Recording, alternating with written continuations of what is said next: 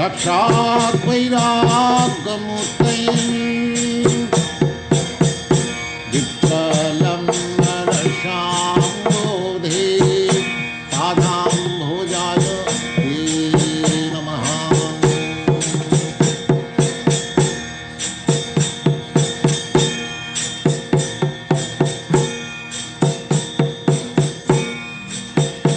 Nama Bhakti Vinodaya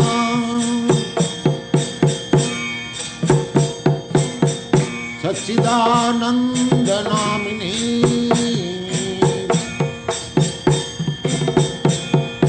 Gaura Shakti Sarvabhaja Rupananda Marayate.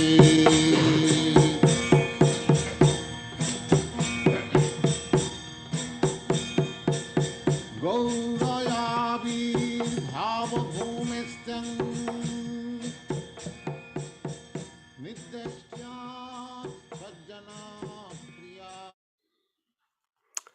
Hare Krishna.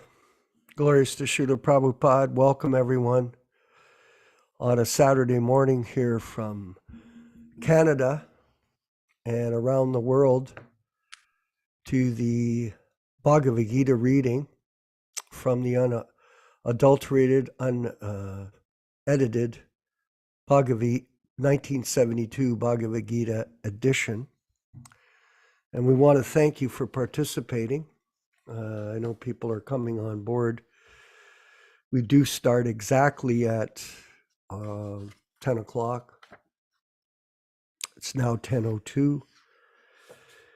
And we hope that you enjoy these classes that we're giving to help you in your spiritual life and help everyone, ourselves as well, in maintaining our Krishna consciousness. It's like a watering process of the garden of devotion.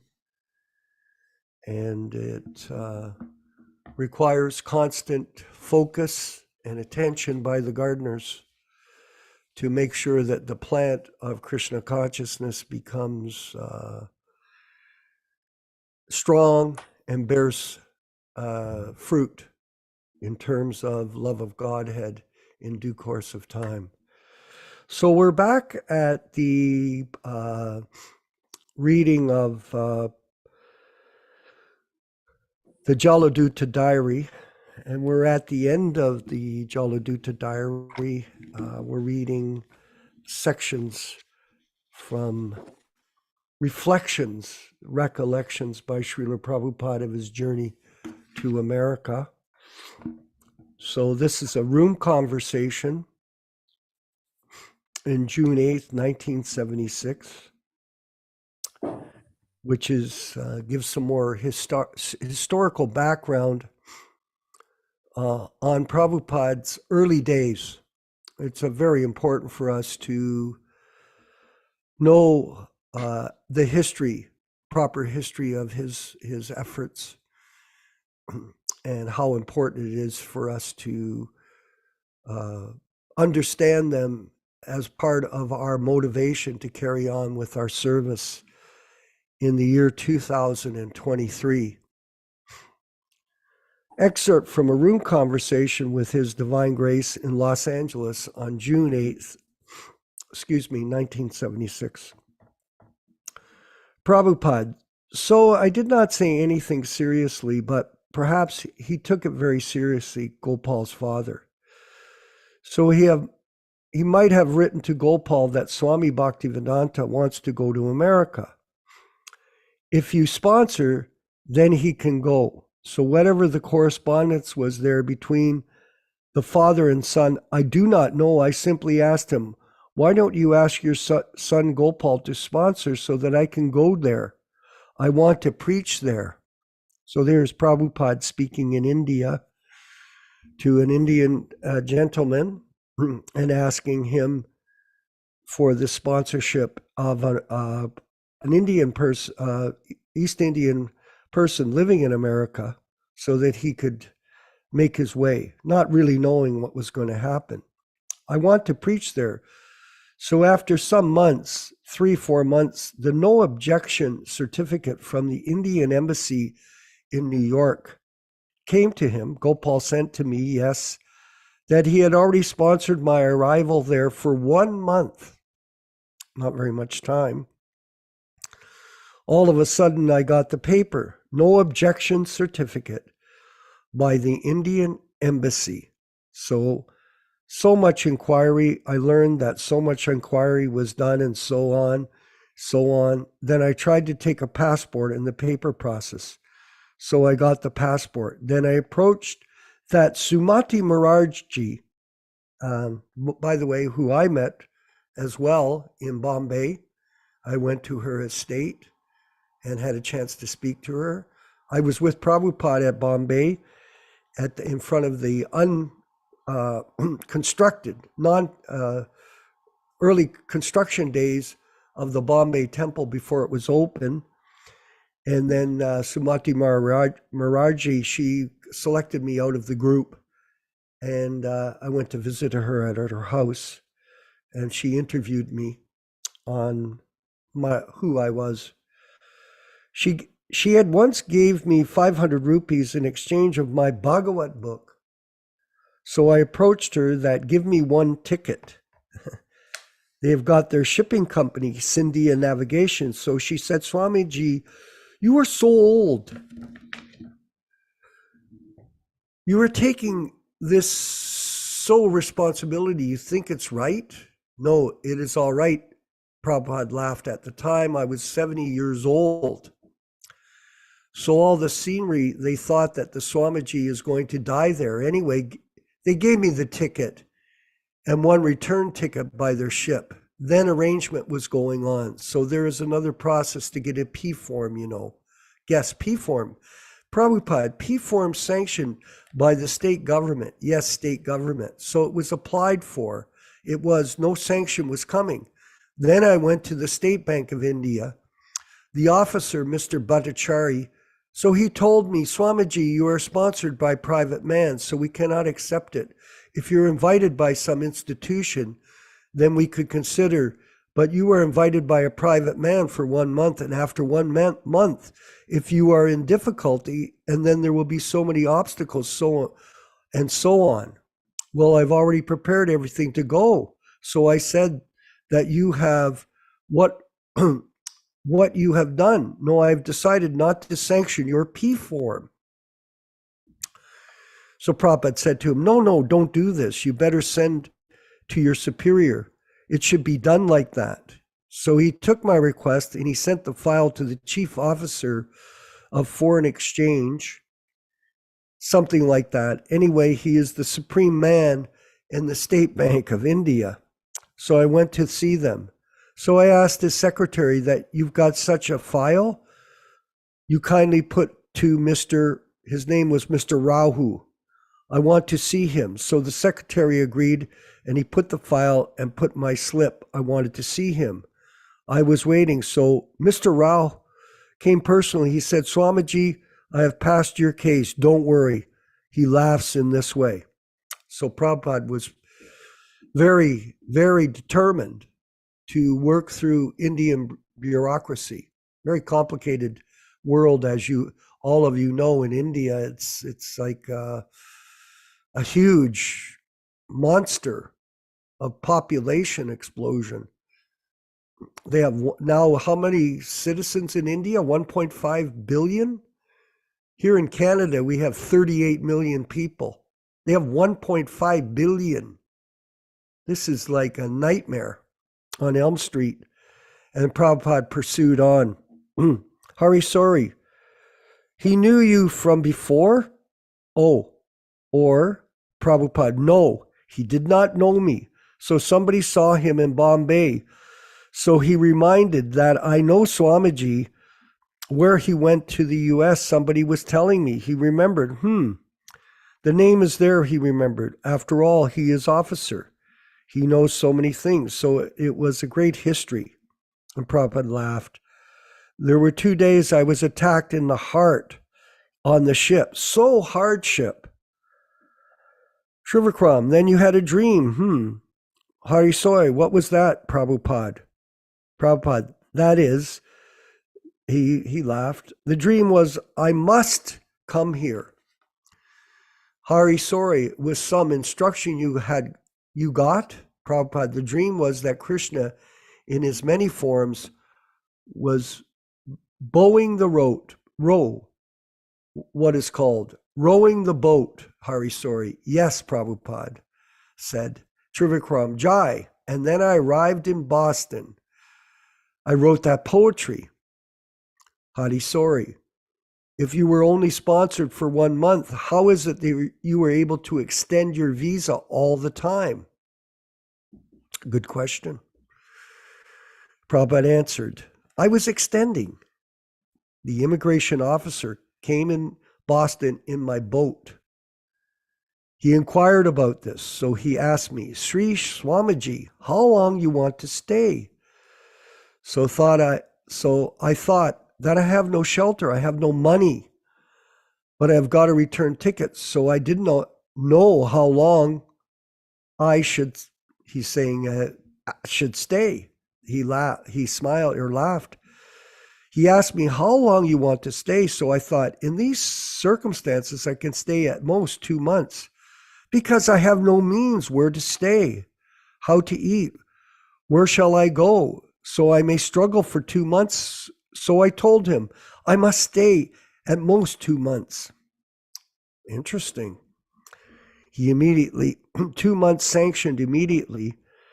I could not think that I should be able to. That 1 month was there sponsoring. So I thought another 1 month, that's all. That this gentleman had sponsored for 1 month. So that is guaranteed. Then I can stay another 1 month. So this is guaranteed. Then I can stay another 1 month. That's all. So after that, so I was staying there and there, here and there without any fixity. So I was extended the visa. Each time I was paying $10, another 3 months, another 3 months like that. And when 1 year was finished, they refused no extension. Yes, by that time you had some kind of, yes, organization going. Yes, at that time I was at 2nd Avenue. So then Ray Ram took the help of a lawyer. He took the case that he'll give me permanent residence. So he was extending only, and each time he was taking $150. So then in this way, I entered in 1965, September up to July, no, up to May. And then in May, month of May, there was a heart stroke. Hari Soy, that was when you were 67. Trivikram, 66. Prabhupada, 66. Yes, 1.5 years. No, that was 67 then. Because the time was taken extension. Then in 1967, in July, I thought, now the health is broken. I'm very sick after heart stroke. So I thought, now I shall not exist. So let me go to Vrindavan and die there. So I came back in July 1967. So this Brahmananda and others, they were crying when I got on the boat. The heart is so weak. So we'll end there and we'll carry on. Very, very interesting understanding of Prabhupada's early days and the great adventure that he had arranged, and how determined he was to carry on and continue to grow Krishna consciousness despite all personal difficulty. So Venkat Prabhu, please, we'll go back to the 1944, correct? Bhagavad-gītā reading article. Godhead, yeah. And we'll get some understanding of from that how advanced our pure devotee spiritual master is. All glories to Srila Prabhupada. Thank you, Prabhu. So we're reading this. This is the first article in Back to Godhead. Till now, we read the opening messages from Bhaktisiddhanta Saraswati Thakur and Bhaktivinoda Thakur. So Back to Godhead. The article is called Back to Godhead. The man, having forgotten himself as the son of Godhead, has forsaken his real constitutional nature. He has misidentified himself with everything non-godly, and therefore manipulates a material existence conducted by the mind and the 6 instrumental senses. He is concerned only with his material coverings of gross body and the subtle mind, but cannot see either himself or his so-called numerous fellow men. This is what we mean by nescience, which is darkness. The man, having designated himself with the relation of his vehicular body and the finer elements of the mind and ego, etc., like the motor car driver who has identified himself wrongly with the motor car itself, has manufactured a civilization which is self-contradictory and self-denial. His so-called rationality, having not gone far above the rationality of the lower animals, he laments at the death of his fellow men or at the loss of his own things, which he has never witnessed by real experience. This is what we mean by nescience, which is darkness. He slightly feels only, and that after the death of his fellow men, that the body loses something that moves it, just like the driver moves the motor car. But still, due to the darkness of nescience, he never concerns himself with the driver of the body, but takes care superficially only for the body or the mechanical car. In the darkness of nescience, he is fully amazed with the mechanism of the gross body, just like a boy who is amazed with the mechanism of the motor car. But he hardly tries to understand that without a driver, any amount of astounding mechanical arrangement of the motor car or that of the human body, it cannot move either of them even by an inch. This is what we mean by nescience, which is darkness. The defect of the present-day civilization is just like the above. This is actually the civilization of nescience or illusion, and has therefore civilization turned into militarization. Everyone is fully concerned with the comforts of the body and everything related with the body, and nobody is concerned with the spirit that moves the body, although even a boy can realize that the motor car mechanism has little value if there is no driver of the car. This dangerous ignorance of humanity is a gross nescience and has created a dangerous civilization in the form of militarization. This militarization, which in softer language is nationalization, is an external barrier to come to an understanding of human relation. There is no meaning in a fight where the parties do not fight only for the matter of different colored where the parties do fight only for the matter of different colored dresses. There must be therefore an understanding of human relation without any consideration of the bodily designation or colored dresses. Back to Godhead is a feeble attempt by the undersigned, under the direction of His Divine Grace Srimad Bhaktisiddhanta Saraswati Goswami Prabhupāda, the celebrated founder and organizer of the Gaudiya Math activities, just to bring up a real relation of humanity with central relation of the Supreme Personality of Godhead. That there is a great and urgent need of a literature like this is keenly felt by the leaders of all countries, and the following statements will help much in the procedure.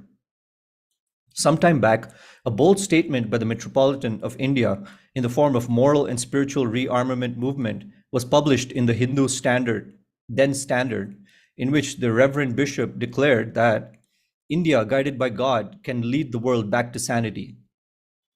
The President of the United States of America, in a message to the Senate, stated that the underlying strength of the world consists in the moral fiber of the citizens. A program, therefore, of moral rearmament for the world cannot fail to lessen the dangers of armed conflict. Such moral rearmament, to be most highly effective, must receive support on a worldwide basis. The ex-president of the United States of America, Mr. Herbert Hoover, sent a message in a citizens' meeting in New York, which included the following words: "What the world needs today is to return to sanity and moral spiritual ideas. At the present moment, nothing so concerns mankind."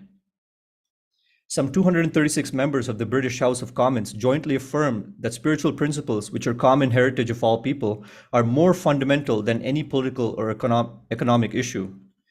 They also strongly affirmed that there is urgent need to acknowledge the sovereign authority of God in home and nation, to establish the liberty which rests on the Christian responsibility to all one's fellow men, and to build a national life based on usefulness, unity, and faith. Sir Stafford Cripps, the Lord Privy Seal of Britain, in a meeting of Christians, sometimes in the month of September 1942, said that the kingdom of God would be accomplished through the divine power of love, and he declared that the tasks before us are first so to conduct ourselves as individual Christian that in spite of the difficulties of our surroundings, we may work towards the establishment of the kingdom of God throughout our country and the world. And second, so to influence and change our social, economic, and political environments as to encourage both ourselves and others to take to the Christian way of life. The horrors of the war are pinching everyone and all in the world, and a statement of Mr. Wendell Willkie after his return from Russia will tell the story of all other countries in the world. First, he stated that 5 million Russians have been killed, wounded, or missing. At least 60 million Russians are slaves in the Russian territories controlled by Hitler. Food in Russia this winter will be scarce, perhaps worse than scarce. Fuel will be little known this winter in millions of Russian homes. Clothing, except for the army and for essential war workers, has nearly gone. Many vital medical supplies just do not exist. What is true for the Russian people is also true for other people, as we Indians are feeling the same scarcity, the same want, and the same disgust. The disgust of the war is well summarized by the Foreign Secretary of Britain, Mr. Anthony Eden, who said that this time we have to finish the job properly. We will not tolerate this business every 20 years. When the job is finished, we must see that they cannot start it again. This is the will of the nation and the United Nation. The Archbishop of Canterbury, in his recent broadcast in London, said, "In every quarter of earth, men long to be delivered from the curse of war and to find in a world which has regained its peace, respite from the harshness and bitterness of the world they have known till now. But so often they want the kingdom of heaven without its king, the kingdom of God without God, and they cannot have it. Our resolve must be back to God. We must make plans for the future, for peace amongst the nation, and for civil security at home. That is quite right enough, and it would be wrong to neglect it. But all our plans will come to shipwreck on the rock of human selfishness unless we turn to God, back to God. That is the chief need of England and of every nation." So the article goes on, but we can continue maybe tomorrow. Very profound, especially in the light of the current war that's going on in Ukraine, against Russia and Ukraine, and the people there on both sides are suffering because of this conflict based on material principles. We'll move ahead now and hear the bhajan Jaya Radha Madhava sung by our Guru, A.C. Bhaktivedanta Swami Prabhupāda, and then have the class on the Bhagavad-gītā with our speaker, Yaśodā-nandana Prabhu. All glories to Srila Prabhupada.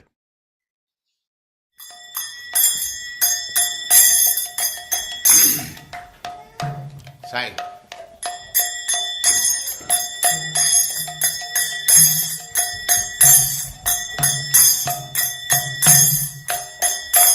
Jaya Radha Madhava Punya Bihari.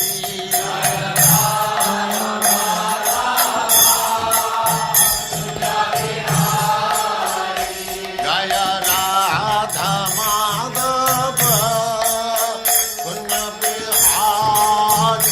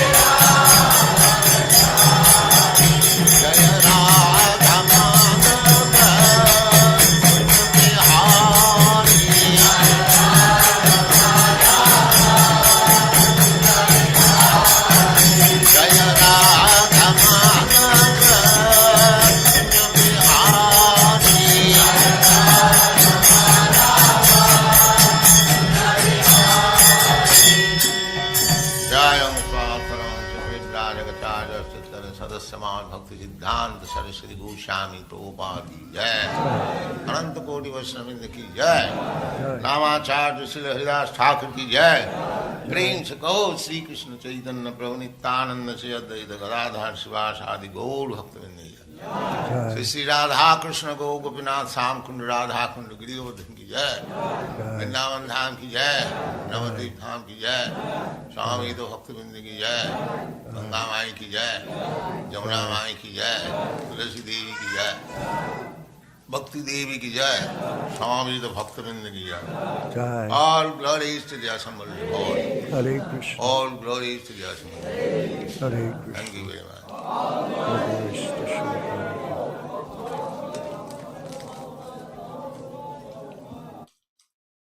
Om Ajnana Thimirandasya Jnananjana Shalakaya Chakshurunmeditam Yena Tasmai Shri Gurave Namaha Sri Chaitanya Manobhishtam Stapitam Yena Bhutale Swayam Rupa Kadamahyam Dadati Svapadantikam Vandeham Shri Guru Shri Yuta Padakamalam Shri Gurun Vaishnavamscha Shri Rupam Sagrajatam Sahaguna Raghunatan Anvitam Tam Sajivam Sadvetam Savadhutam Parijana Sahitam Krishna Chaitanya Devam Shri Radha Krishna Padan Sahagana Lalita Shri Vishakanvitamscha He Krishna Karuna Sindhu Dinabandho Jagatpati Gopesha Gopika Kanta Radha Kanta Namostute Tapta Kanchana Guhurangi Radhe Vrindavaneshwari Vrishabhanu Sute Devi Pranamami Haripriye Vanchakalpa Tarubhyascha Kripa Sindubhya Evacha Patitanam Pavanebhyo Vaishnavebhyo Namo Namaham Sri Krishna Chaitanya Prabhu Nityananda Shri Advaita Gadadhara Shri Vasadi Gaura Bhakta Vrindam Hare Krishna Krishna Krishna Hare Hare Hare Rama Rama Rama Hare Hare. So welcome everybody to this Bhagavad-gītā As It Is reading and discussion. Today we will be reading from Bhagavad-gītā As It Is, the 1972 non-edited, non-adulterated version published by Macmillan Company.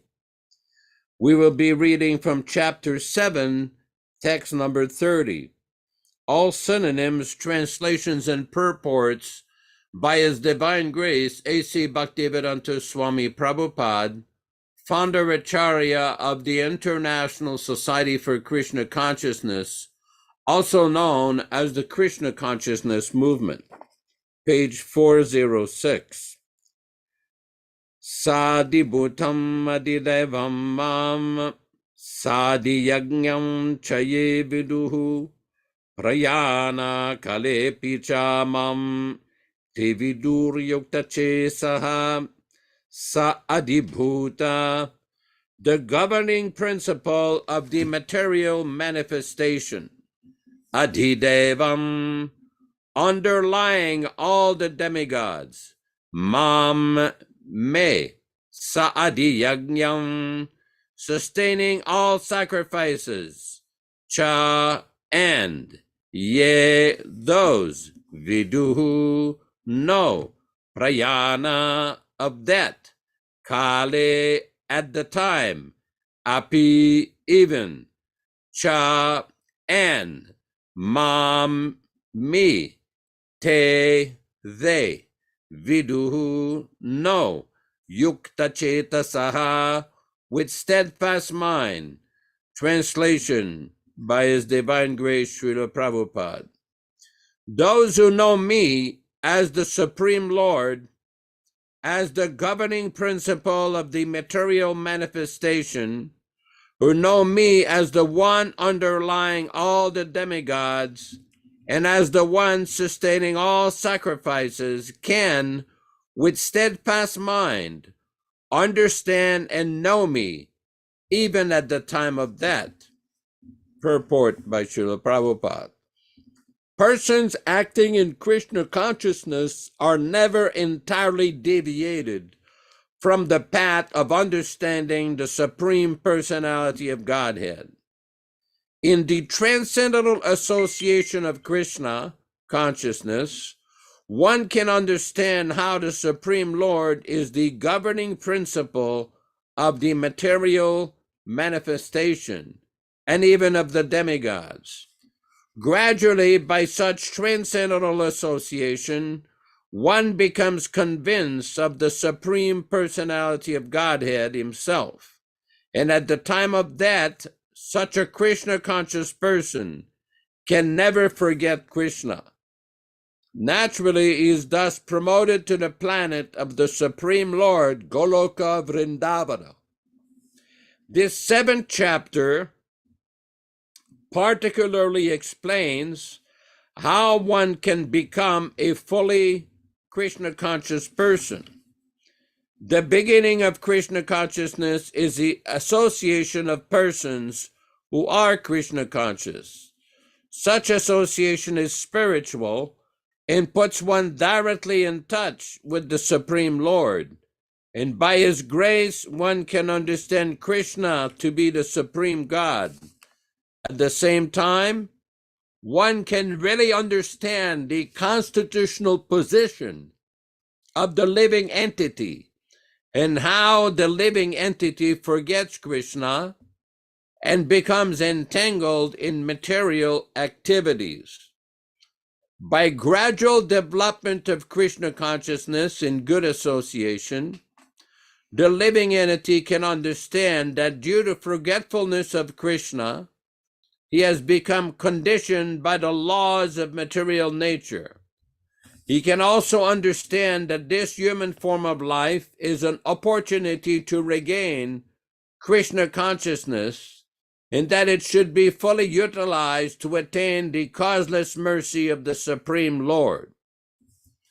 Many subjects have been discussed in this chapter: the man in distress, the inquisitive man, the man in want of material necessities, knowledge of Brahman, knowledge of Paramatma, liberation from birth, death, and diseases, and worship of the Supreme Lord.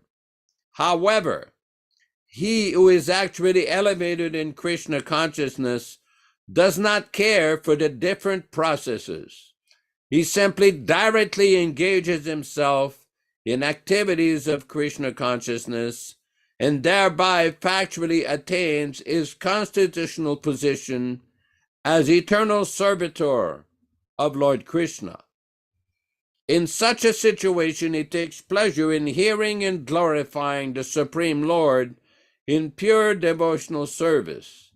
He is convinced that by doing so, all his objectives will be fulfilled.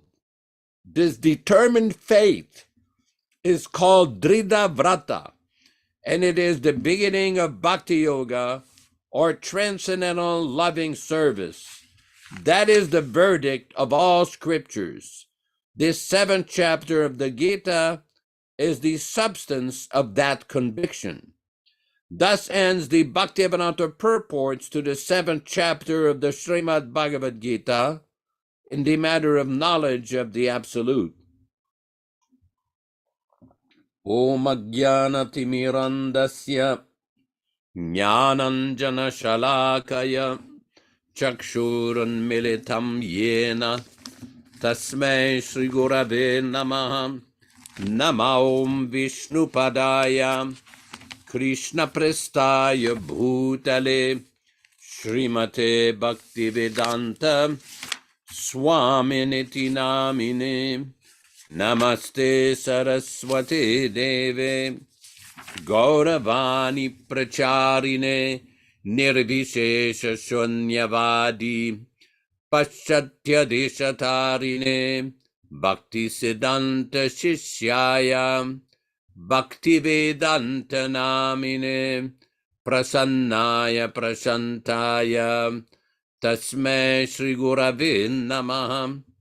Bhagavad-vandanam khadyam Guru Vandana Purvakam Kshiram Sharkara Yuktam Kadatehi Visheshataha Sri Krishna Chaitanya Prabhu Nityananda Shri Advaita Gadadhara Shri Vasadi Gaura Bhakta Vrinda Shri Rup Sanatana Bhatta Raghunata Sri Jiva Gopala Bhatta Dasa Raghunata.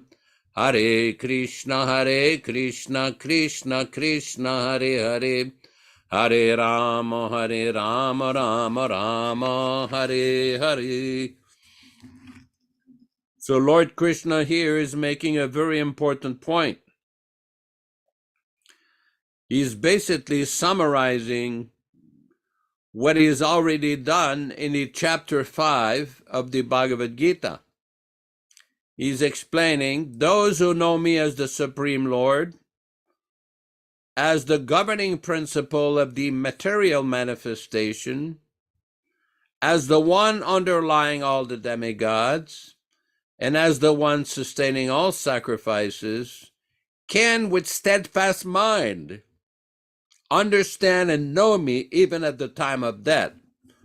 When we look in Bhagavad-gita, in chapter number 5, text number 29, Krishna explains, Bhuktaram yajna tapasam sarvaloka maheshwaram suridam sarvabhutanam yatvamam shantimrichati. The sages, knowing me as the ultimate purpose of all sacrifices and austerities, the Supreme Lord of all planets and demigods, and the benefactor and well-wisher of all living entities, attain peace from the pangs of material miseries.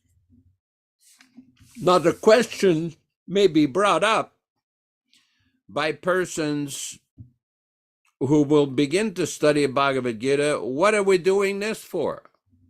What is the purpose and the aim of the study of Bhagavad-gita? What will be the benefit? What are we going to achieve by reading and studying the Bhagavad-gita? Now Krishna is nicely describing here that if we understand Krishna as the Supreme Lord, in all of these different points that are raised here, he says, you can understand and know me even at the time of death. Now, the next question will be, what will happen if you understand and remember Krishna at the time of death? Krishna is nicely explained in Bhagavad-gita, chapter 4. Tyaktva deham punarajanma naiti mam iti sarjana.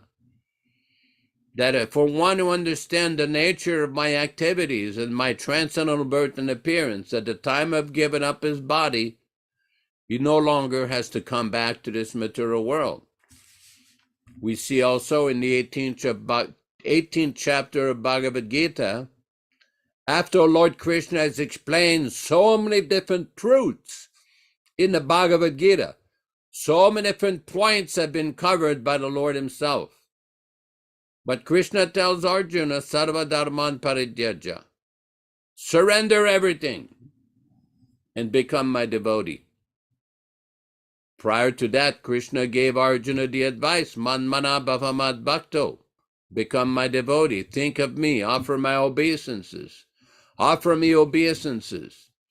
And in this way, you'll become a devotee, you'll be saved. In Bhagavad-gita, Krishna used the word ma suchaha, do not worry. Because people may say, well, if you surrender to Krishna, what about my duties? What about this? Krishna says, don't worry. Just like in many parts around the world, people are being advised by various financial advisors, get some insurance. Get some life insurance, car insurance, home insurance, health insurance. Why? So that in the event of a difficulties, you do not have to worry.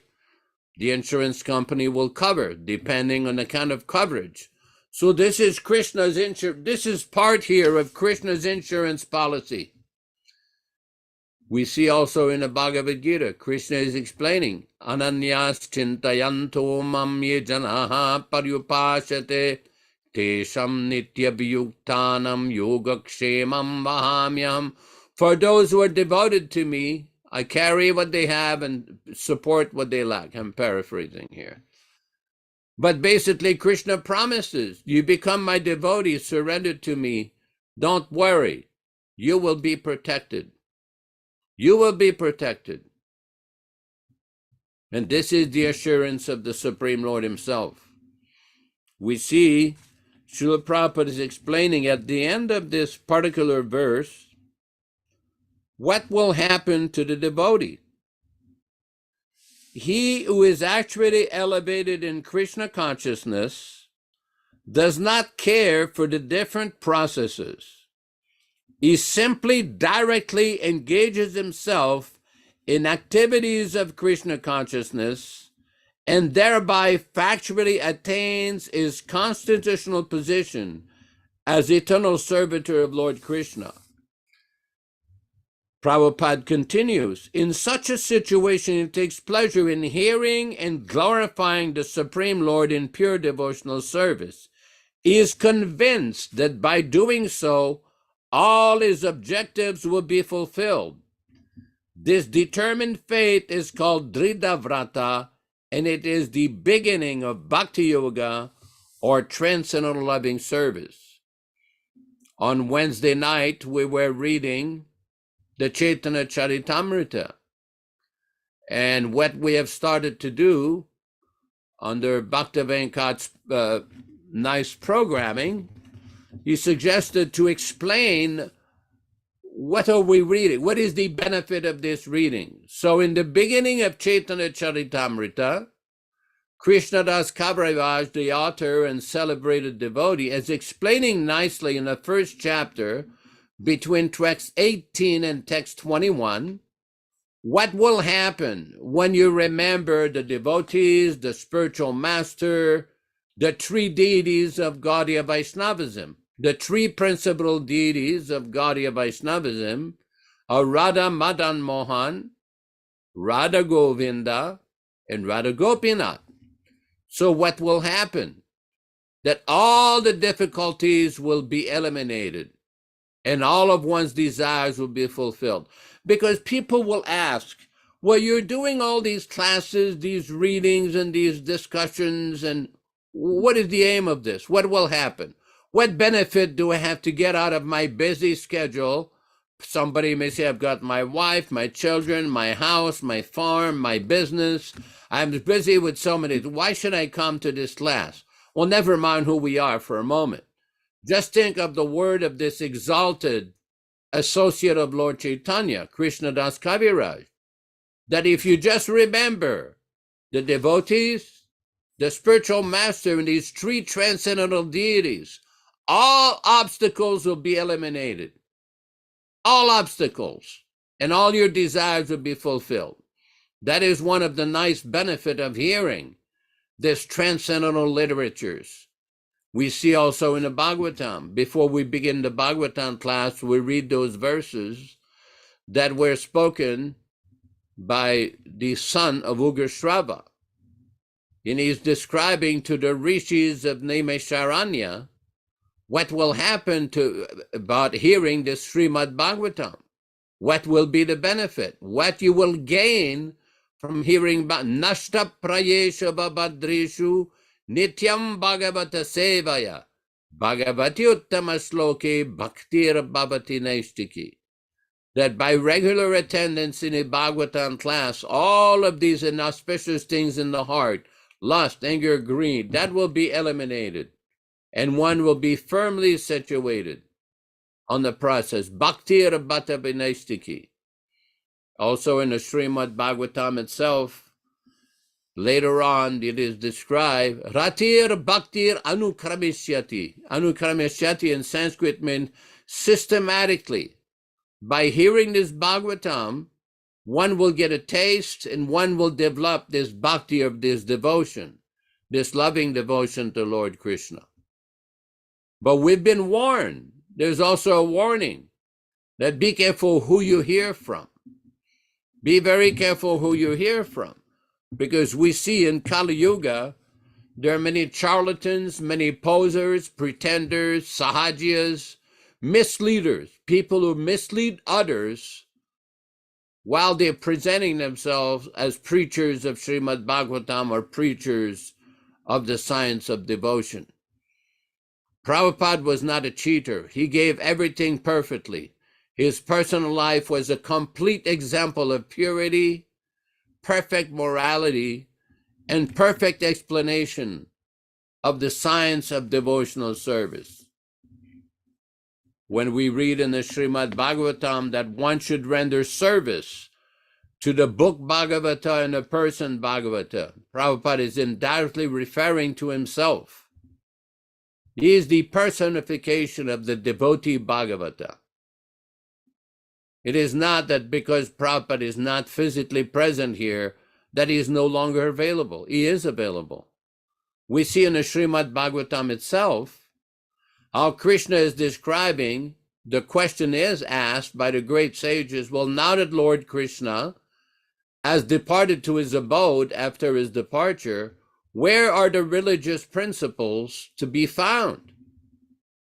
And the explanation is this Srimad Bhagavatam is the personification of Lord Krishna. Same thing with Bhagavad-gītā. In 1968, in a lecture in Montreal, Canada, Prabhupada has explained that Krishna is present in the words of Bhagavad-gītā. It's not that we're just reading a book. One foolish person one time told some comment on the internet, well, it's not that Prabhupada is present in that deity. What do you people think you're doing? Well, this is the typical saying of atheists, doubtful atheists, who have no understanding and no faith in the transcendental presence of great devotees, great acharyas, great prophets, and great saints. Yes, it is always beneficial to associate, to meet with such persons physically, but even more important, it is to hear their message. Krishnadas Kaviraj in the Sri Chaitanya Charitamrita is explained nicely in a very nice verse, Ishvara, that the personality of Krishna, Ekala Ishvara Krishna, that Krishna is the master, the controller, Arsav Britya, and all living entities are his servant. Britya means servant. It's very simple. One simple line with 6 or 7 words is explaining the essence of Vaishnava philosophy. Not very complicated, not very difficult. Simply one has to be willing to give attention, to hear, to submissively hear, and gradually engage in the process of devotional service. So let's open the floor. Vishwakarma Prabhu, you can comment. Hare Krishna.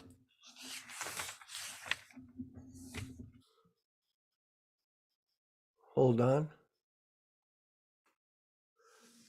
Thank you very much, Yaśodā-nandana Prabhu, for that further explanation of Prabhupada's purport in Krishna Consciousness and a deeper understanding of our philosophy, which is a science.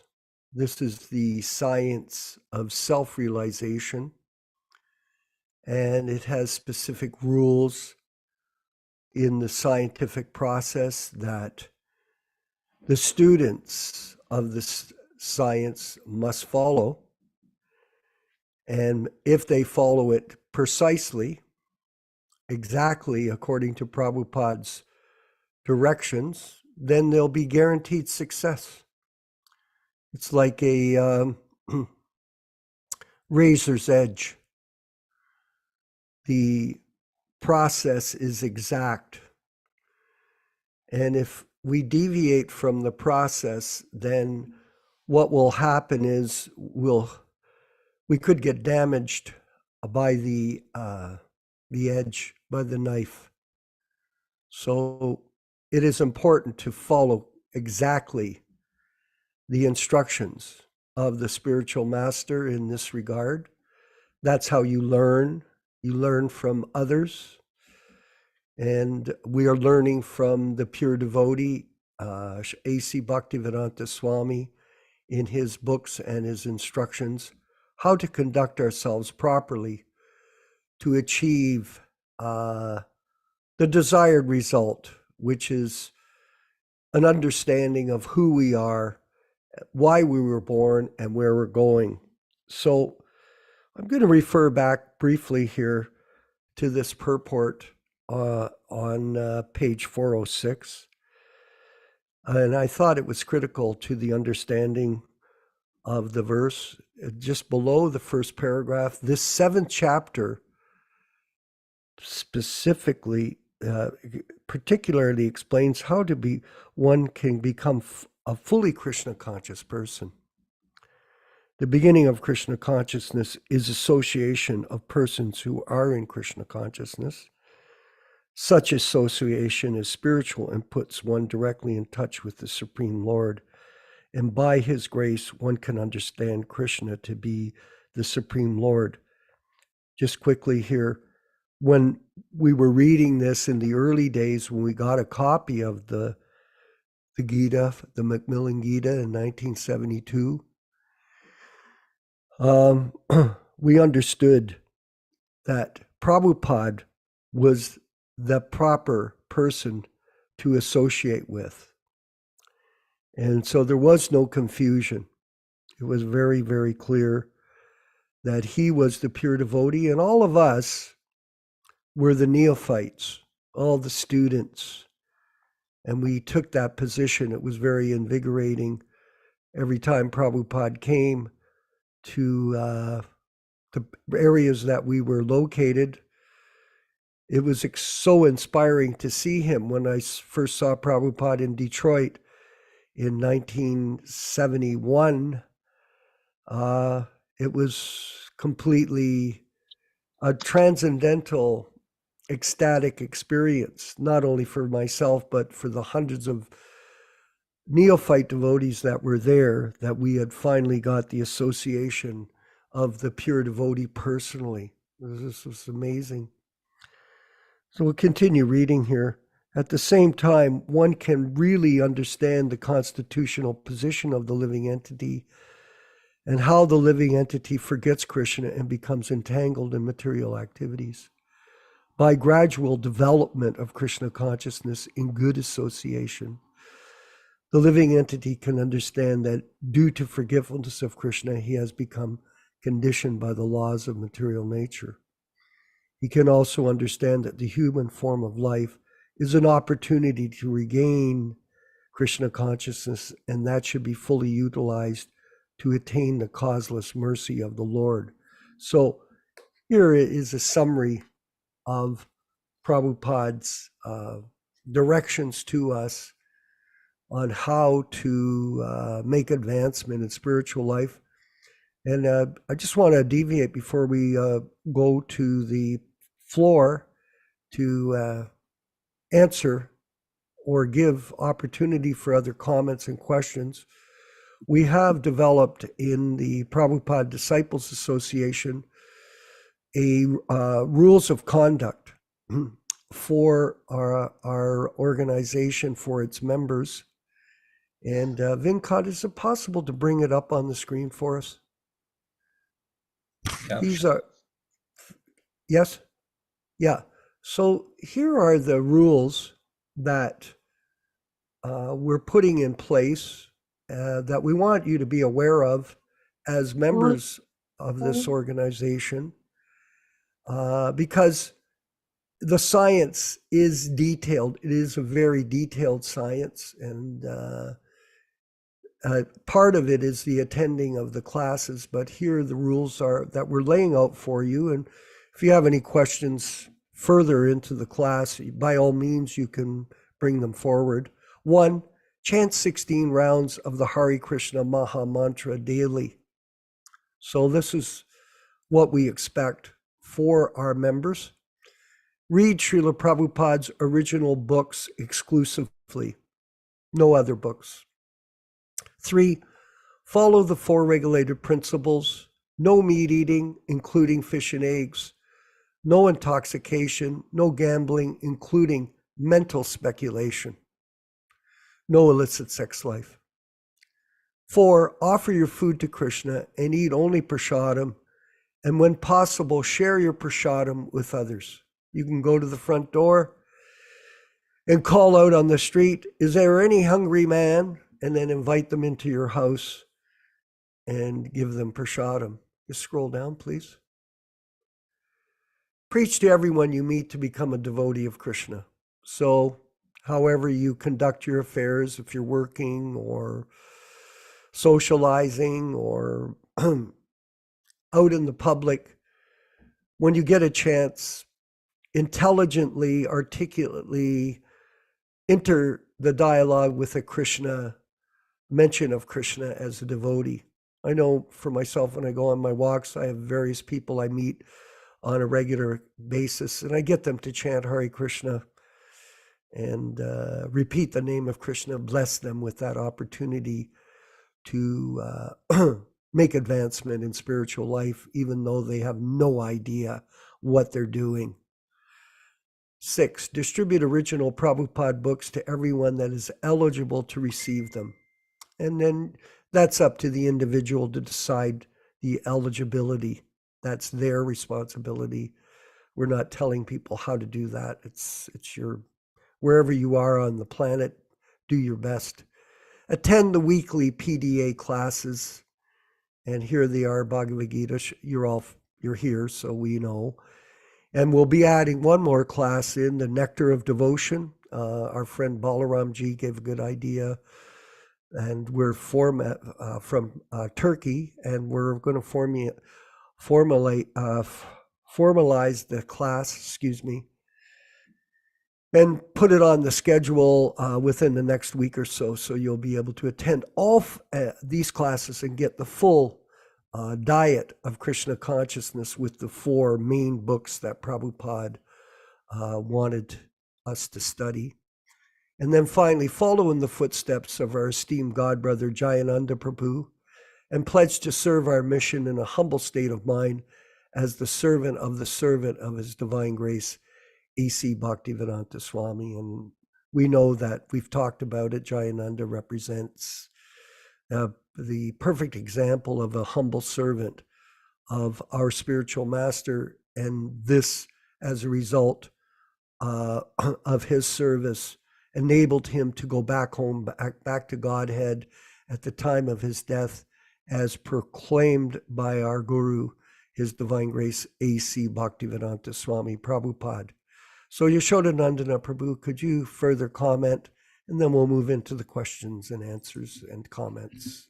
Yeah, I think this is an important point, because we've seen as part of these discussions that some devotees were raising the issue of why we kept insisting on this point that devotees should chant 16 rounds and follow the principles, that everybody already knew that.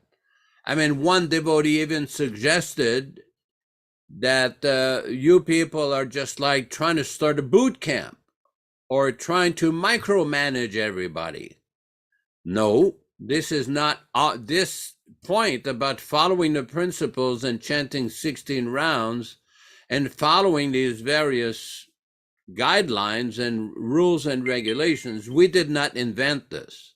This was done by Srila Prabhupada himself. This is the beginning of spiritual life, to come back from the animal platform to the human platform, to eventually go to the spiritual platform and a divine platform.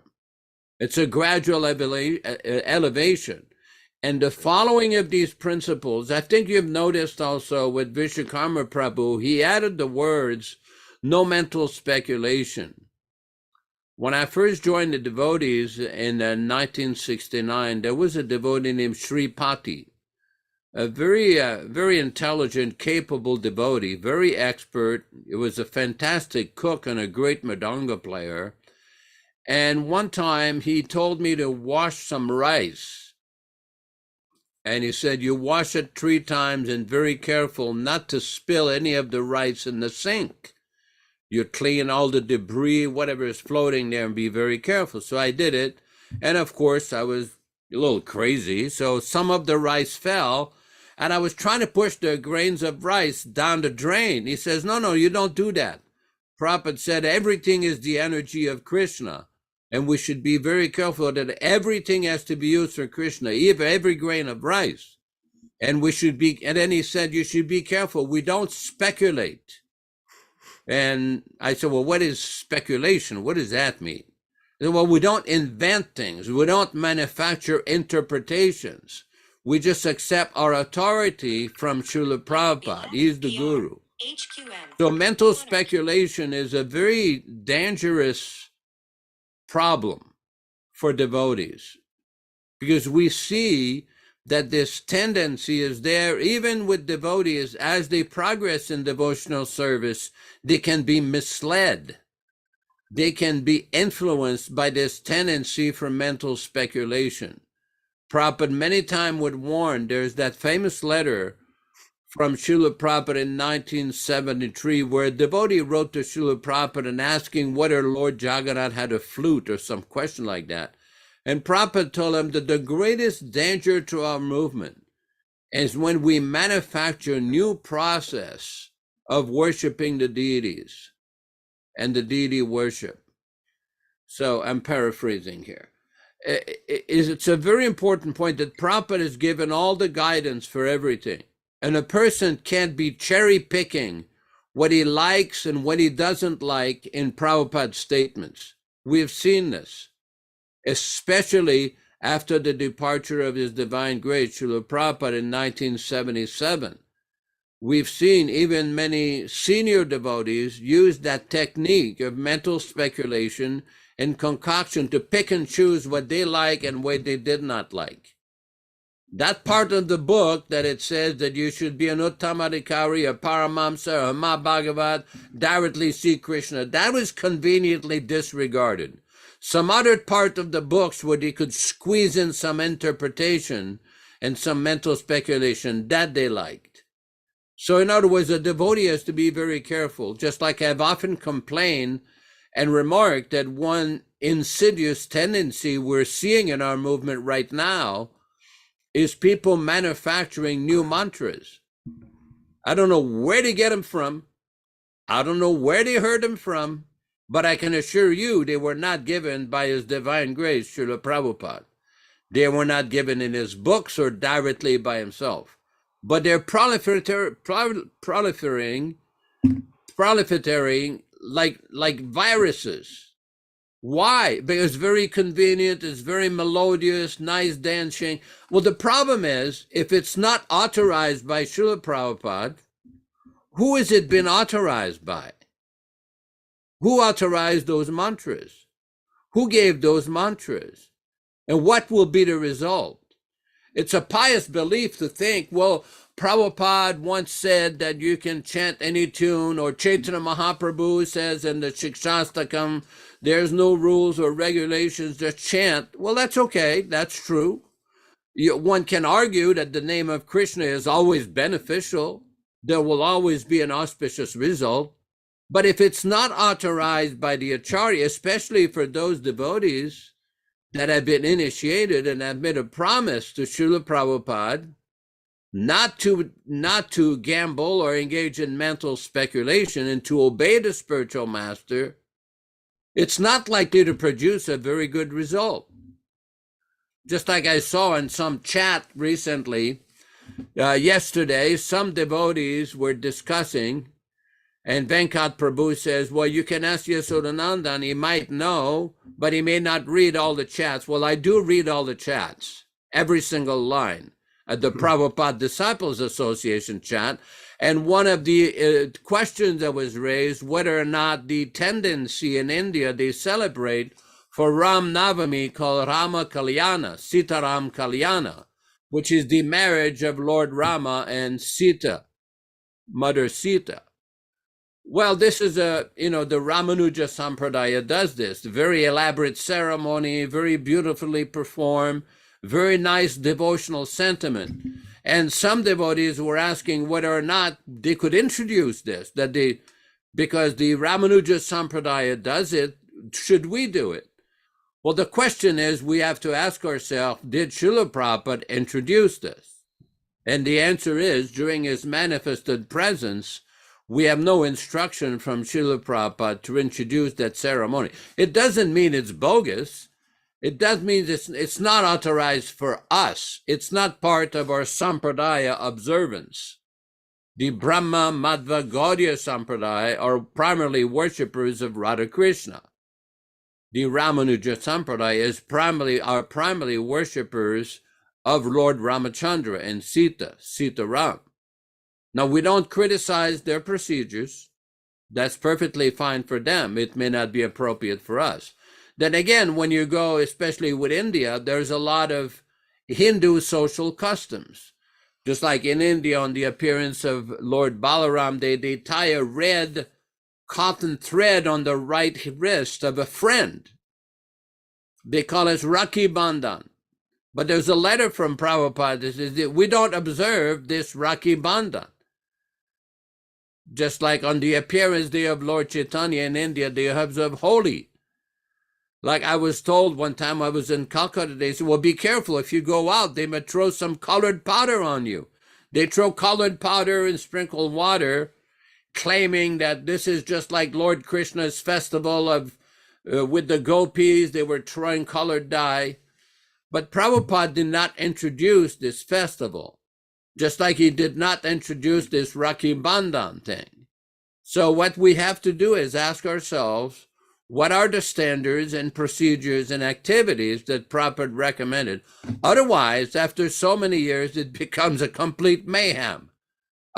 Just like we have now in many of these temples, they're doing all of this melodious dancing, gypsy dancing, Jai Radhe, Bolo Shri Krishna. Well, okay. But the question is, Prabhupada did not give you this mantra. He did not authorize this kind of kirtan.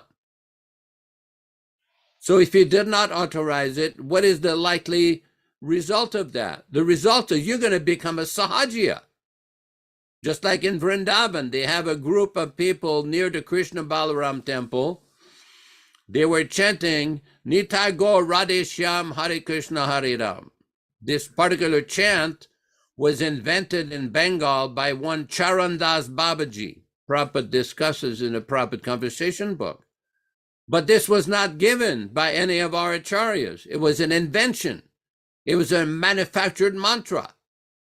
And Prabhupada says, even in Chaitanya Charitamrita, that even the sahajiyas, they may derive some benefit from chanting the name of Gaur Nitai, but what we want is the authorized standard given by our previous acharyas as given, demonstrated and taught by Srila Prabhupada. Not very complicated, easy to understand. I see that our good friend Balaram there in Turkey. By the way, Balaram, do you have an English version of your website? Not yet? Okay. I think your sound may not be working. Hare Krishna, can you hear me? Hare Krishna, now we hear you. Yeah. It's strictly for Turkish. We're focusing on preaching for Turkey and Turkey, so no English version. There's enough for English speaking people out there. So anyway, can I go ahead with my question? Of course you can. All right. First of all, really want to apologize and please be patient with me because it's turning into a bigger question now. Again, I want to request to you all at PDA that can we please, after the class, not change the topic and just have questions related to the class and then go on to other topic, because now I had questions about the class, but now I have 1,000 questions about the rules and regulations and this and that. So it's completely gone, you know, I've forgotten the class already. So now I don't want to ask a question about the class. That can come later. Question about your rules and regulations. Okay, I hope you don't mind me taking this position or whatever. Let me clarify something. Just Well, so let me you- ask her. Let me just No, ask. let me clarify. It's not rules and regulations. What does it say at the top, brother? It says rules of conduct. That's it. That's Okay. different. Yeah, same thing. No, it's not. Rules and regulations and conduct are different. Okay. Go ahead. All right. So I will start. I want to say that at PDA, at least I think it should be like this. Anything that we give or say, such as rules and conduct, must be based on Prabhupada. That always should be our thing. So here, when you say rules of conduct, I guess this means, I'm guessing, that these rules of conduct, this is what you have to come to in order to get initiation, right? Because, I mean, of course, everybody starts at chanting 4 rounds, 6 rounds, 8 rounds, not immediately 6 rounds. So this is for initiation, is it? Or just, what is it for? It's very simple. It doesn't say anything about initiation here. Not Okay, at all. for example, I don't come That's- to your weekend classes. So I'm breaking these rules of conduct. So what will happen? No, the reason you don't come to the classes is because you may not be able to make them, but you can study them on the Prabhupada TV channel. Okay, I don't. But I don't do that also. I mean, I'm just saying, okay, so if these just rules don't of do conduct it. are not followed, You're not going to make much advancement because it was part of the class, you see. I did introduce it through the purport that Prabhupada was saying how I read it. I'm not going to read it again, but it was an extension of that. It wasn't a change, but I'm clarifying it by saying this actually was a rules that Prabhupada put up on all the temples in his own handwriting. Mhm. I don't know if you've ever seen that. Back in the early days, we had these rules of conduct. You followed the 4 regulated principles. You read the books. You went on Sankirtan. So this is just to say to people, okay, it's good that you come to the class.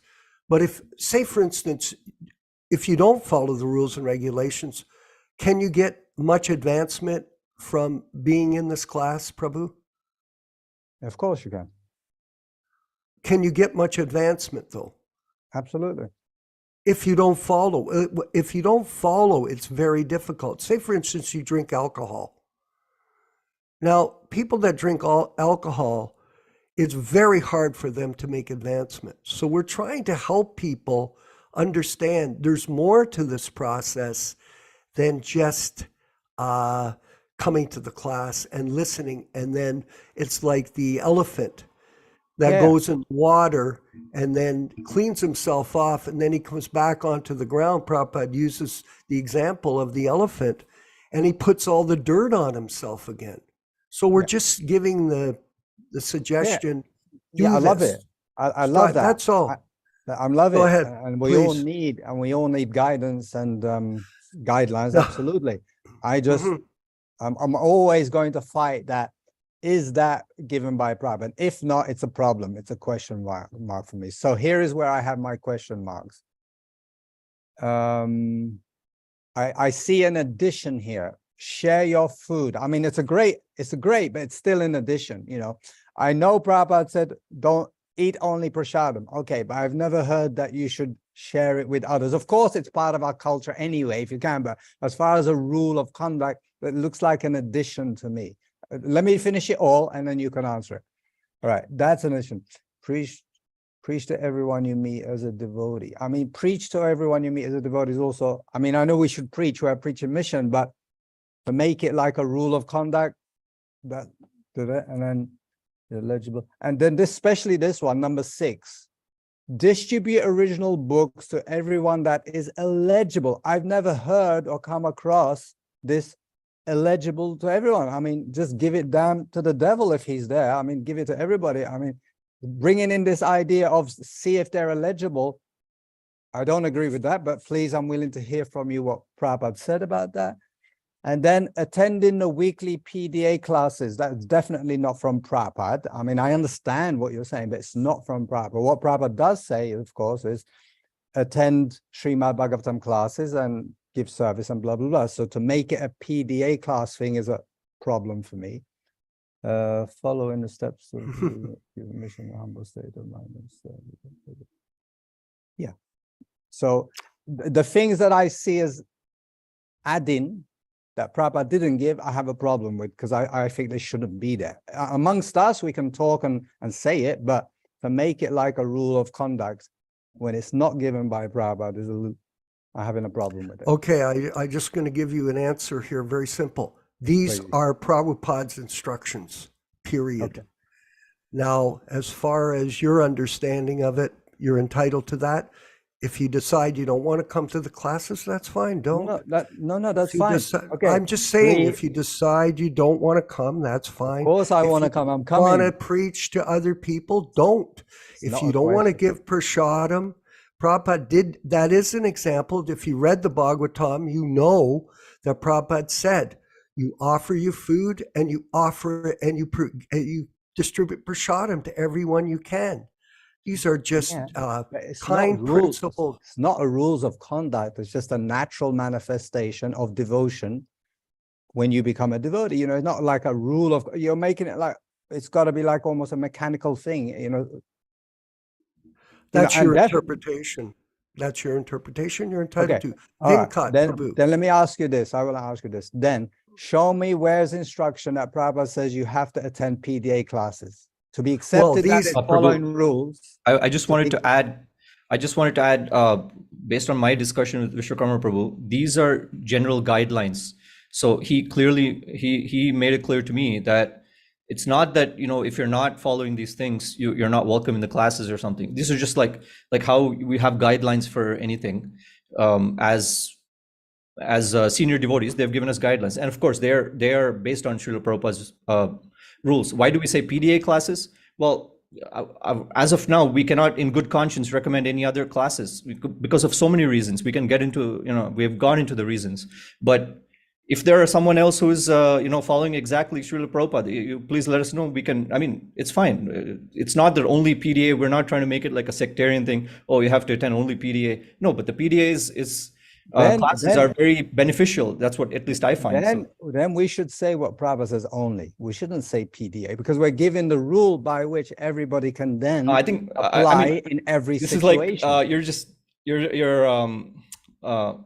nitpicking. I mean, yeah, I understand what your point. We're not picking. I do understand your point. You're setting a new standard. You're not repeating the same words as Prabhupada. What does Prabhupada say about weekly association or daily association? He says attend Srimad Bhagavatam class. Yeah, right? So that's what we mean by that's what we should do. But that's what we should state. Otherwise, these people, new ones that are coming here, they're going to teach others, oh, if you don't come to PDA classes, it's useless. You're nothing. Or this, we're going to have a... No, I mean, that's not the... That was, like, as I'm saying, that's not the intention of these, the rules. So I'm just clarifying that for you. What is... That's why we're having this wonderful discussion, is that you can get feedback from other devotees here that this is not what Prabhupada said nor wrote. So therefore, we should not change that. We should write and say what Prabhupada said. That's what we do. That's all. You're misinterpreting everything that we've written. Okay. Well, you're looking at your face and you're looking like, what do you think you are? No, I'm not. I'm not you're doing. That. You're mocking us. Don't do that, Prabhu. You're offensive. Silly. Vishwakarma Prabhu, don't be silly. I mean, no. To Vishwakarma Prabhu's point, as I said, if we're going to have here a devotee association, just 1 second, where we can freely, openly share back what we think. Yeah, but you don't know it. You don't make any sense. You're saying you don't make any sense, brother. Okay. Well, you can say what you want. That's okay. I don't care. But if you think we're not representing Prabhupada and his wishes. I never said that. I never said that's what you said. I said, okay. Okay. That's what you Let's said. Let's Go ask ahead. everybody. Let's ask everybody in this sangha: have they ever read or heard from Prabhupada say we have to attend PDA classes? No. It's not I can that. tell. What we're Exactly. saying, brother. Exactly. So we We're have to say okay. the What same classes? What Bhagavatam class are we conducting? What Bhagavatam class are we conducting? I don't care. I want to hear what Prabhupada said. Well, If Prabhupada said PDA, I want to hear PDA. If he if I says said to you Srimad it's the Bhagavatam Toronto class, Temple, if I Yeah. said to you attend the classes at the Toronto Temple, Okay. is that what Prabhupada would tell you? no. Well, if I'm running the temple and I'm asking you to come to the class, what Yeah. should I say? You should go to the Ottawa Temple? You That's should all say it what is. It's a simple. You should say what Prabhupada said. So you tell me what Okay. Prabhupada said. That's all. Yasoda, please. I mean, this is a general rule for where we're setting out that PDA is the Prabhupada Disciples Association, in which all disciples of Prabhupada around the world come, not just here or there, my local sangha. No, around the whole world. So basically, what I see anyway is PDA is trying to set everything straight back to its origin, which is the way Prabhupada taught it, the way Prabhupada said it for the whole world. You know, whether you're in India, Africa, Russia, or America, this is what Prabhupada said. So when we say attend Srimad Bhagavatam with like-minded devotees, then that person will take that and then can apply it to his situation. He knows this is what Prabhupada said. That's it. Dr. Puja, I see you have your hand up. Please. Please accept my humble obeisances. Glory to Srila Prabhupada. I don't know, but I mean, this thing is not good. I'm sorry to say. The Ram Prabhu, please accept my humble obeisances. Glory to Srila Prabhupada. They are doing really very good.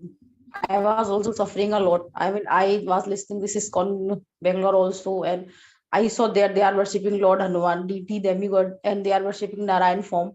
And really believe on me and this regulatory principle and this chanting, this really works. And these are very senior Vaishnavas and Vishwakarma Prabhu, Yaśodā-nandana Prabhu. They are really doing very well for us. I mean, their age is not like, I mean, in this age, he is spreading this message, Bhagavad Prabhu, and all of the devotee association, it will work. I mean, at least we can found what Prabhupada says. I mean, okay, because the time is very bad, the association is not good.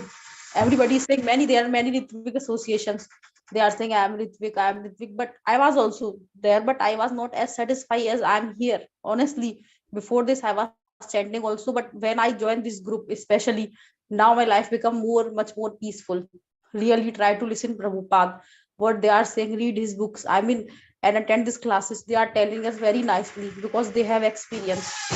I mean, I don't know, you are very senior, but for me, and I mean, they are senior devotees. For us, we are not so educated, not highly, we are nothing. I mean, we are doing mistakes and we will do because this is our behavior, but at least we will hear them, we will purify, at least we will listen something. If in this class, we are listening only one word, and if we are just following that, then our day is good. I mean, something we will get, no, I mean, this is good, and we should always, I'm sorry, I'm not saying, I don't want to disrespect anybody, but they are very big. I mean, they are senior, so we should not speak this kind of silly and this.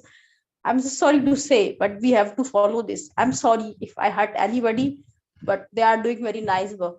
I appreciate them, and I'm so happy. I also sent this link, this Zoom lecture to many people, and they are attending. Of course, it will work.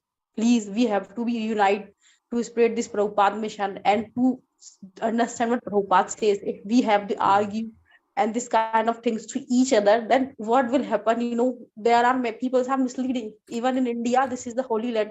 They don't know what is God, but at least the people are doing something, so we have to support them. I'm so sorry if I hurt anybody. Hare Krishna, thank you so much. Yasoda, Prabhu, please comment. I guess one of the points here, because I've been involved in these various controversies dealing with ISKCON and the leadership since 1978. And what I found many times is many devotees who have legitimate inquiries or questions or queries.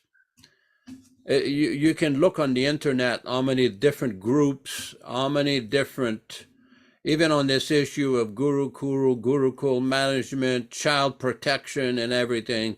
There are so many websites that are discussing various issues going on.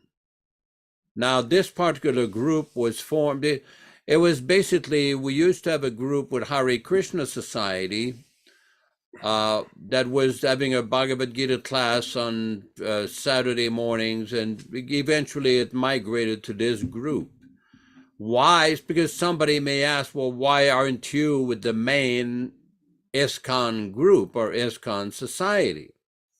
And one of the major reasons is because of what I call the mental speculation problem. And that's why that word was added within these suggested rules of conduct. Because in various discussions with various devotees, what I found, especially leader devotees in ISKCON early on, when we asked some questions that they really didn't have any solid answers or credible answers to, what I found was what I call a political backlash. Now, as Brahmin devotees, we're expected to be truthful, to be honest, to be straightforward. Okay, the problem is if somebody's consciousness is affected or adversely affected with this pod problem of profit, adoration, and distinction, it may not always be very visible right away, but eventually it comes out. And when many questions, very important questions, were being raised about what should be done, what did Prabhupada actually say, how things should be done, one of the questions, well, we're in charge, we're in power, you should just follow. I said, okay, well, what is the answer, though? There's no real answer. Just to say, I'm in charge, I'm in power, you should just follow, doesn't answer the fundamental question, what did Prabhupada specifically and directly say on many of these important issues? That's why we added that word in there, no mental speculation. Now, it's nice that people say, well, I want to hear what Prabhupada says. Well, let me give you an example. Between 1978 and 1986, many conversations with Prabhupada were barred. They were suppressed. They were not available. The complete unedited transcripts of many important conversations with Srila Prabhupada were not available by discussion with many devotees. People were saying, well, I'm in charge, I'm in power, I'm in such and such position, therefore you should just accept. And many devotees could see that the behavior that we were seeing and what was being said by Prabhupada, there was a major discrepancy. So this particular group was started on the basis that we don't want adulteration, changes, distortions, concoctions, whether it's like you raised that point, a valid point, trying to bring back the following of Prabhupada's instruction to his original intention, the original intention of his divine grace. And that's why original books, original kirtan, original method of offering prasadam, these may be seen as being very fundamental. The problem, unless our spiritual practices are based on that, then it's a major problem. I mean, if you analyze what happened to Christianity 2,000 years ago, how many versions of the Bible do they have now? How many different groups do they have? How many different interpretations? It's basically a divided movement. And the ISKCON movement, after Prabhupada departed, similarly divided. It has nothing to do with the Ritviks. It's got to do that some leaders misused the authority they were given by Srila Prabhupada. And they suppressed discussion. They suppressed very important instructions of Srila Prabhupada. So that's why this particular group evolved the way it is. Basically, it's a continuation of a lot of the preaching of Hare Krishna Society, which was started like 25 years ago. And it's summarized in our little booklet, Prabhupada Siddhanta, that's on our website. But please don't misunderstand our intention. I mean, if you say, well, I just want to follow what Prabhupada says. Well, there's a lot of people who say a lot of things that Prabhupada didn't say. Right now, you have a lot of people reading from Bhagavad-gita claiming that this is Prabhupada's Bhagavad-gita. Is it? Was that revised 1983 Bhagavad-gita? Is it really Prabhupada's Bhagavad-gita? Is it really Prabhupada's words? I say it's not. And we've seen it's not. There's 5,000 changes. The Srimad Bhagavatam that they're promoting has 21,000 changes in the first 4 cantos. And their idea is, oh, you can't discuss it. That's it. The case closed. Dismissed. Well, that's not what Prabhupada wanted. Prabhupada didn't want his books to be constantly changed and re-edited like that. That's not how it should be. Same thing with this Kirtan. The reason we're making this point about Kirtan is many of us who were there, like Vishwakarma and myself, during Prabhupada's manifested presence, Aprakrita also knows this. Balaram also knows that he was very specific, even how he wanted the morning singing with a morning tune. He was very specific about devotees doing things in a very careful, specific way according to his instruction. But what we've had in that current original society is they've changed so many things, and they won't discuss this. They won't allow discussion. Like right now in ISKCON, they have banned the distribution and the reading of Prabhupada's original Bhagavad-gita. This Bhagavad-gita here that we've been reading, Balaram Prabhu, they have banned it in ISKCON. They say, oh, it's a Ritvik book. What do you mean a Rit? It's got nothing to do with Ritvik.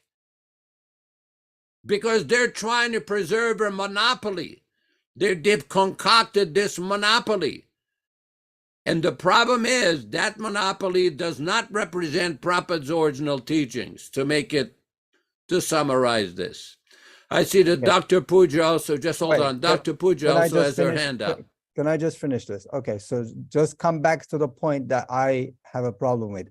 Attend the weekly PDA classes. As I understand, that is a rule or a conduct or an advice about hearing class. Is that right? So let me ask you, what did Srila Prabhupada, what instruction did he give us or rule of conduct did he establish as far as hearing class? Read Srimad Bhagavatam.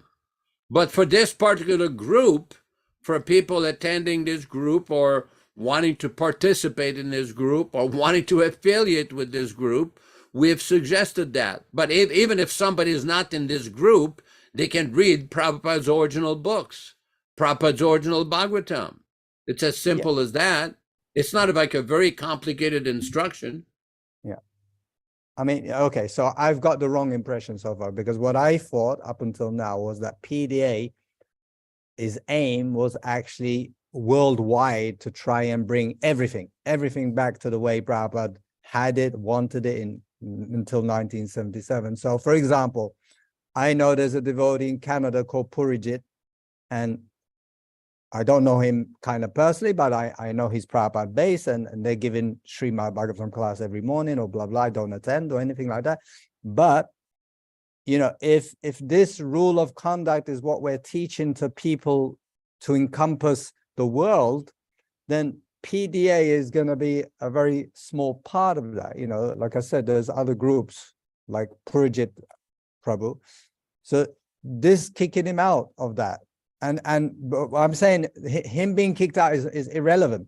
But what is more relevant is Prabhupada is saying attend Srimad Bhagavatam class where the reading of my class is. So as far as a rule or a guidance for hearing, it should be that. But we're limiting it now and shrinking it down to PDA, which I don't see as kind of being internationally encompassing for everybody. The fact of the matter is, Prabhu, as far as establishing rules for ISKCON or all the devotees, that is not our mandate here. We're not trying to tell people in ISKCON they should follow this, follow that, because ultimately this institution may not be able to be reformed. There's too much. ISKCON is one part. You know, I know personally so many groups that are Ritvik based that are all over the world.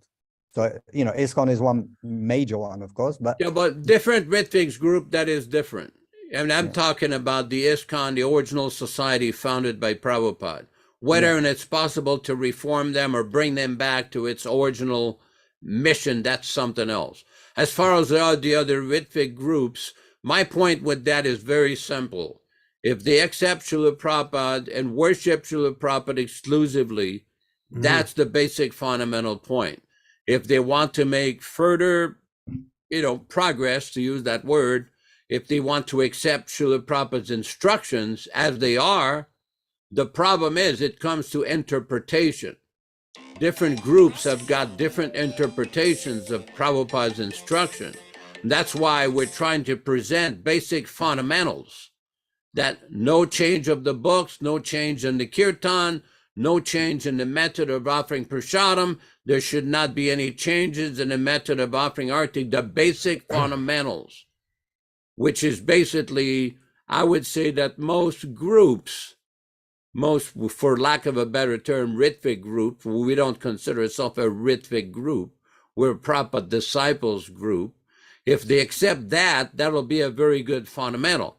And then they can go into further details. Atirat Bhaktivenkat, why don't you go ahead?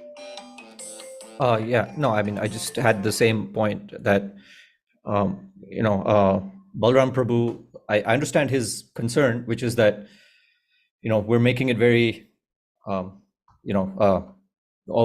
just talking only about PDA, only attend PDA classes. Why don't you just say in general, attend Bhagavatam classes, But as I said, we can't in good conscience recommend any other group as of now. I mean, obviously we want them to, come to the right platform or whatever, but no, because I'm talking factually, and I see you're laughing, but we're not talking, it's not a character assassination. It's based on philosophy. It's based on Srila Prabhupada's instructions. There was a whole discussion today in the WhatsApp group about ISKCON Bangalore. So, I mean, it's not our, it's not that we hate other groups or something, Exactly. That's why the safe place is always what Prabhupada said, because then we all can agree on that, everybody, whoever they are. So that's what I'm saying. If the advice or advice about how to conduct yourself is concerning hearing now, that's what I understand number 7 to be, about hearing or class. So what did Prabhupada say we should say? What people then do with that, that's another thing, that's their business. Yeah, hear from someone who is presenting the teachings as it is, without adulteration. And that's the issue. That's the fundamental issue, that even with so-called Ritvik groups, there is some amount of adulteration. I'm kind of non-attached. I'm just saying, whatever Prabhupada say, that's what we should say in number 7. Understood your point. Definitely, we understood your point. Maybe we can improve the wording of this so that it doesn't give the wrong impression, whatever. We'll see. Absolutely. This is a distortion of this fellow in Turkey. A complete misunderstanding of our intention. You're completely distorting the saying. You're arousing. First of all, I didn't. You're not being humble, I'm Prabhu. asking you a question here, Let right me here. finish. I know. Let me finish. Okay, you're but you're already interrupting me again. Yeah, and I will, and I'll continue to do No, so. but you can speak But look, intelligently. I only asking a question. This No, number you're 7, not. You're making a statement that we're not following Srila Prabhupada's words. And that what is the name? What is the name of this group? What group?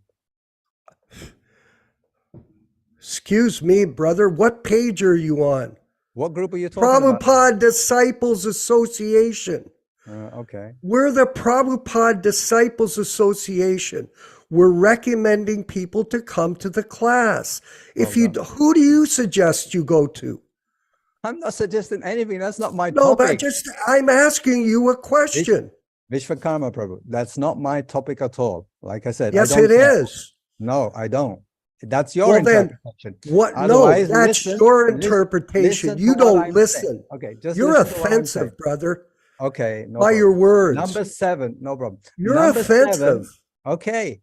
Number 7 says attend the weekly PDA classes. If we are basing ourselves on what Prabhupada said, as Yaśodā-nandana Prabhu nicely just said, back to Prabhupada, only what Prabhupada said, only what Prabhupada said, only what Prabhupada said.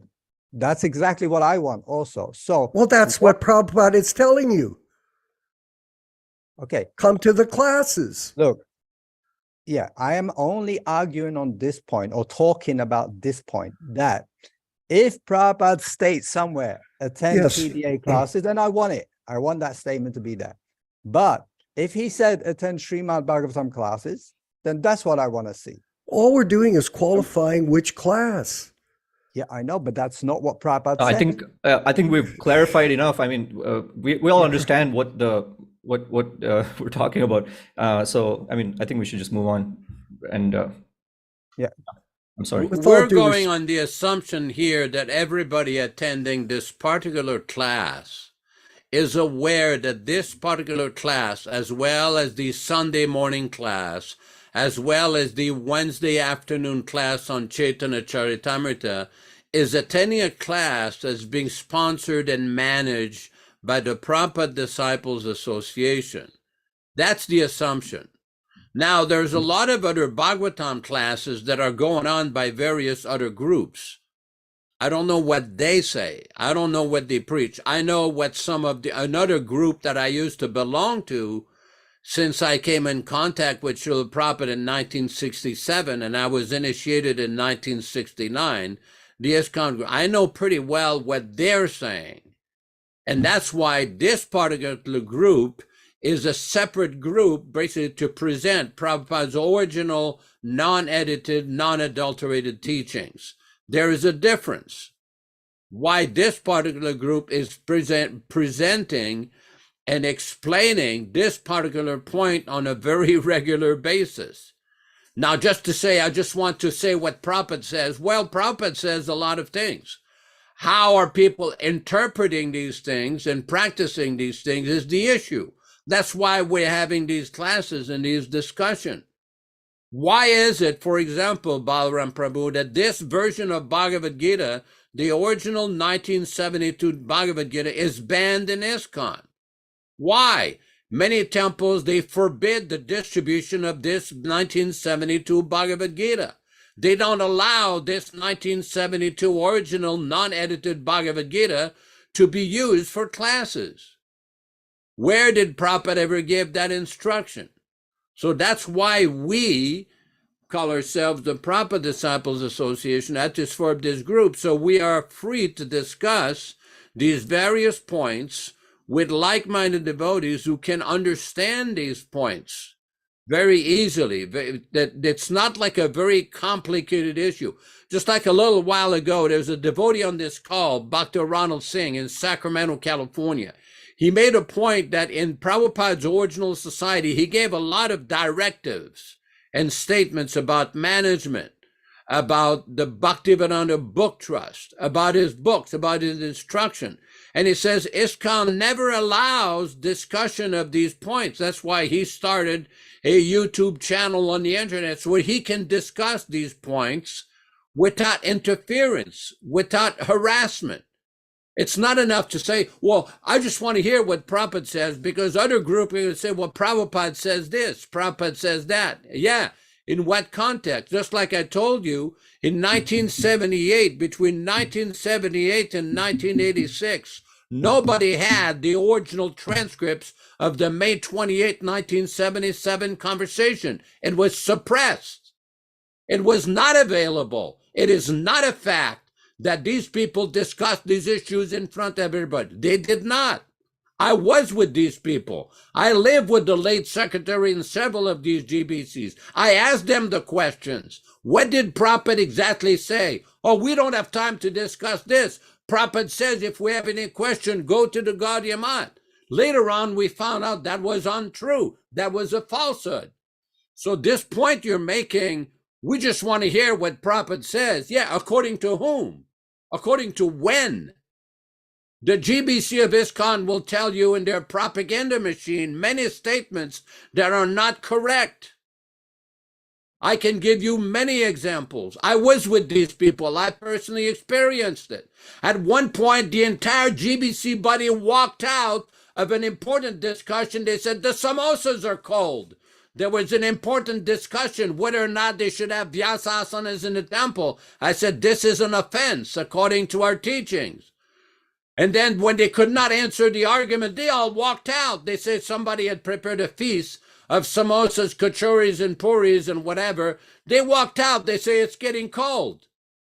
That is the mentality. They didn't want to discuss it. They told one Gurukul teacher in Vrindavan, there is nothing to discuss. We have already discussed everything. They should just accept. Oh, this is the mentality of some of these people who have suppressed Prabhupada's original Bhagavad-gita. That's why this particular group, the Prabhupada Disciples Association, which is basically an alliance between Hare Krishna Society and Prabhupada Disciples, that's why we've done these channels, we've tried the discussion, so people can get free to ask. Because many of the questions you're asking now in many places in ISKCON, they'll beat you up. I know devotees who have been beaten physically for asking questions like we're discussing now. Why is Prabhupada's Bhagavad-gita been changed? People have been banned, people have been beaten, people have been sued. One devotee had a bullet in his head, Sulochan, for asking too many embarrassing questions. We are a Vani-based movement based on Prabhupada's books and original teachings. This is not a political movement for the self-aggrandizement of an elitist group of people. Look at the discussions going on the internet right now about child molestation in ISKCON. Are they listening?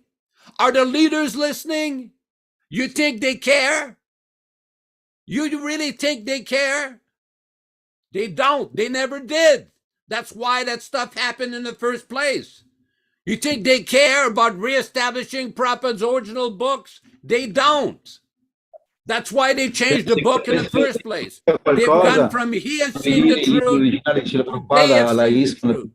Non gliene frega niente. Non gliene frega niente. Vijay Pandit, English, please. Oh, sorry. I think he got unmuted by accident. Yeah. Vinkat Prabhu, we see there's some chats that have come in. And by the way, no problem with the questions from Balaram, although they're controversial. I understand his intent is to get to the a proper understanding of what our intentions are. But Balaram, you can be rest assured that we have good intentions, and we are trying to protect the mission of Lord Chaitanya and Prabhupada with this group, the Prabhupada Disciples Association. Yes, we are different than other groups, and we feel very strongly about how we're approaching the mission with the platform that we're expanding quite significantly as we move forward into the future. So Venkat, maybe you could read some of the comments from other people. I see some from Ananda Baya. Maybe you could read them out and we can further on with a few more points of discussion. Okay. Ananda Baya. Yeah. PDA stands for Prabhupada Disciples Association. To mark that name as not something that came from Srila Prabhupada, to nitpick on the name is divisive. You may say what you want, but there's already so many that are trying to divide us. Why would we distract from learning about Srila Prabhupada over such divisiveness when we are trying to keep together here and encourage each other? Okay, that's very interesting. Keep going. I think there's a few more comments by her, and then we could have Balaram respond to her comments. Okay. Go ahead. Balaram Prabhu, you keep repeating what you want for our group, but what qualification do you have to come here and make demands? Are you understanding what Yaśodā-nandana is saying, Prabhus? You're showing your teeth in a menacing way, Balaram. Please understand that nowhere can you get this kind of information. Oh, no, don't read my, sorry. Okay. You can read it all, no problem. I have absolutely no problem. You can read everything. We're just And reading I respect what they say, no problem. Everybody. These has are their other views. people. This is not me telling you that you're in Maya. It's other people. Joe Felice, let's see what he has to say. Balaram, give it up. You have no point. And if I were you, I would reduce the size of the picture behind you. All it says to me is that you're trying to show the world that you're the greatest authority on Prabhu. I mean, no, it's fine. Okay, well, these are comments. Balaram, go ahead, respond. Yeah, Hare Krishna, dear devotees. Yeah, first of all, it has been misunderstood. I am not against PDA. I'm here listening to classes. I've talked privately to Vishwakarma Prabhu. I've talked privately to Vekant Prabhu. So that's not my position. But what is my position, like it's been my whole fight for 25 years with ISKCON, is to get back and be back with Prabhupada. So what I want to see is any kind of rules and regulations that's put out from any unit so-called representing Prabhupada, whether it be Purijit in Canada or Bangalore Temple or German Yatra or Italian Yatra, you know, Ritvik-based, initiating-based temple, is what I want to see always is back to Prabhupada. So I'm not attacking PDA. I'm not saying PDA is a bad thing. I'm saying that if number 7 is a rule or some advice for the International Society of Prabhupada Disciples, that means not just people attending here. It means anybody who accepts Prabhupada as their guru. That's what PDA is. So I'm thinking that PDA is going to represent internationally the world. So what did Prabhupada, number 7, as I understood it, is advice or a rule about hearing classes. Yeah, so exactly. Then if we see what did Prabhupada say, then he says, as I've known, attend Srimad Bhagavatam class daily, right? So then that's what should be our rule. We can then qualify that as from like-minded devotees or whatever Prabhupada said. Okay, but to see that's kind of really why I'm having a problem. I was thinking PDA is internationally representing and trying to do, but if it's just for the people who are coming here, just for the PDA group, and that's their advice, yeah, fine. Yeah, exactly. That's I will have my own rules the here. I will have my own rules here in Turkey. In Turkey, I've got my Sangha, and before you come here are my rules, and I can have any rules I want. But I had a different idea. That's if I'd like, I just like to make a comment. Please. Yeah, I think that's the fundamental, misconception that you're thinking these rules are like for everyone in the world. It's not. I don't think it's like that. You can correct me if I'm wrong, Prabhus, but I think these rules are just guidelines for our, people who attend our class and who are part of the PDA. I mean, they're guidelines for PDA rules of conduct. So I mean, it's pretty clear, and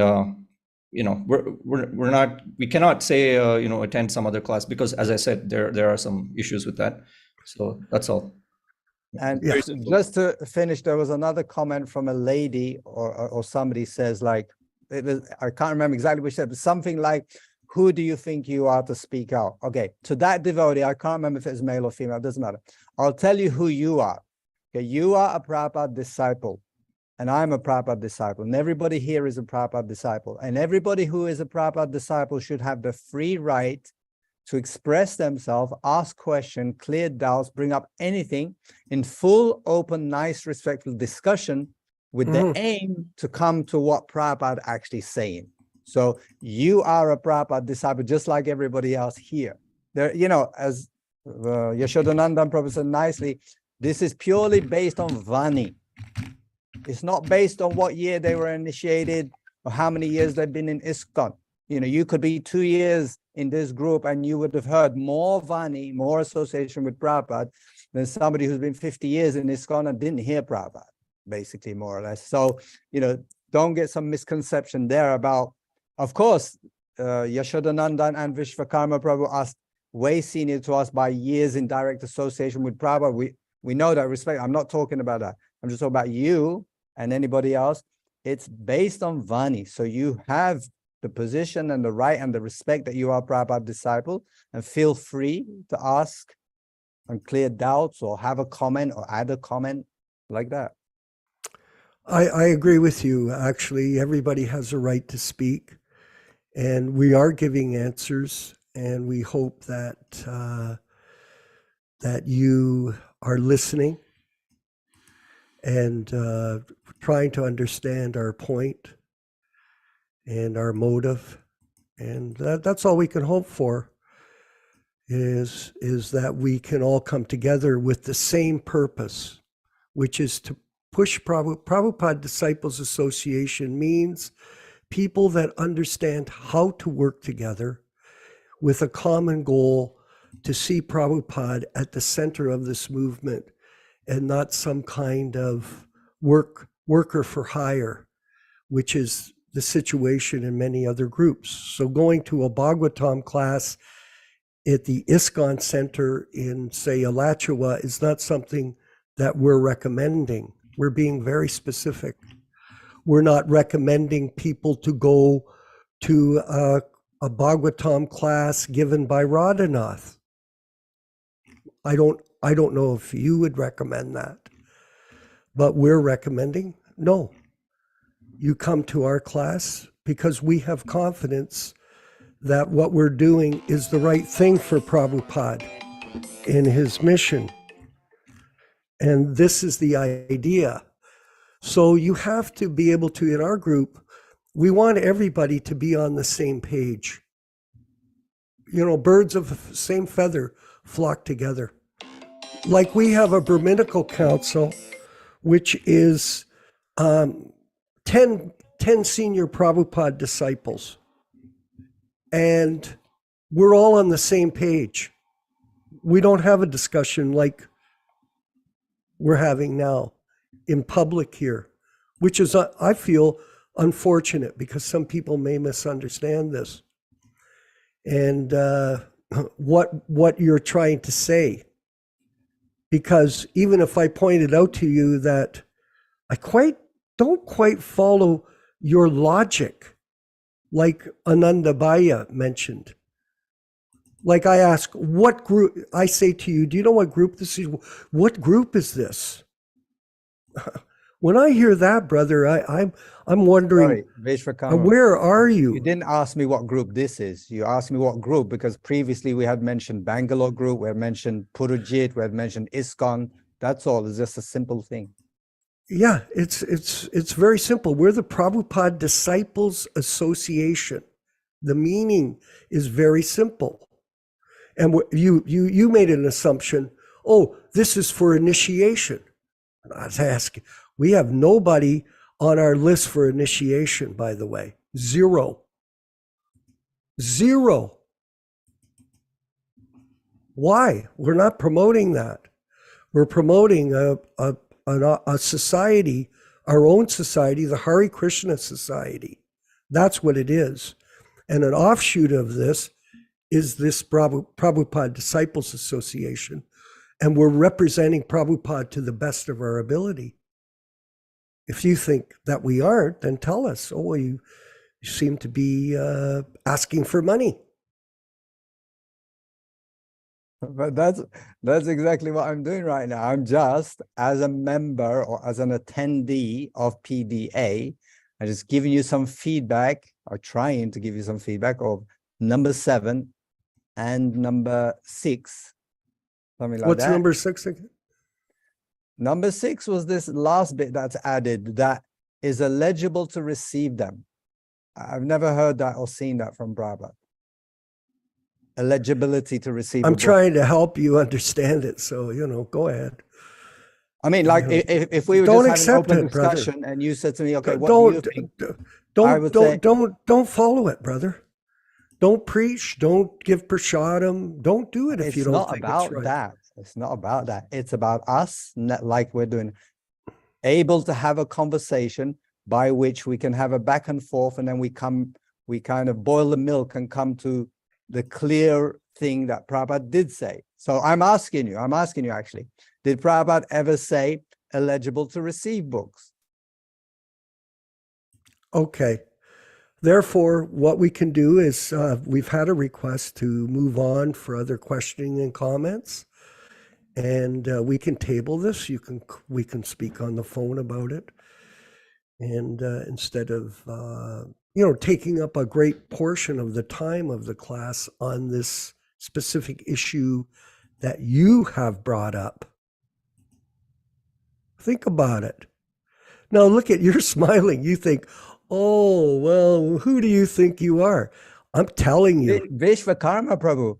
Yaśodā-nandana Prabhu gave class on a specific test, and then you said, sorry, I'm going to deviate right now, and I'm going to bring in this rules and regulation. We have blah, blah, blah, rules and regulations. It's a compliment. It's a compliment to the process. But don't say I brought it up. You brought it up.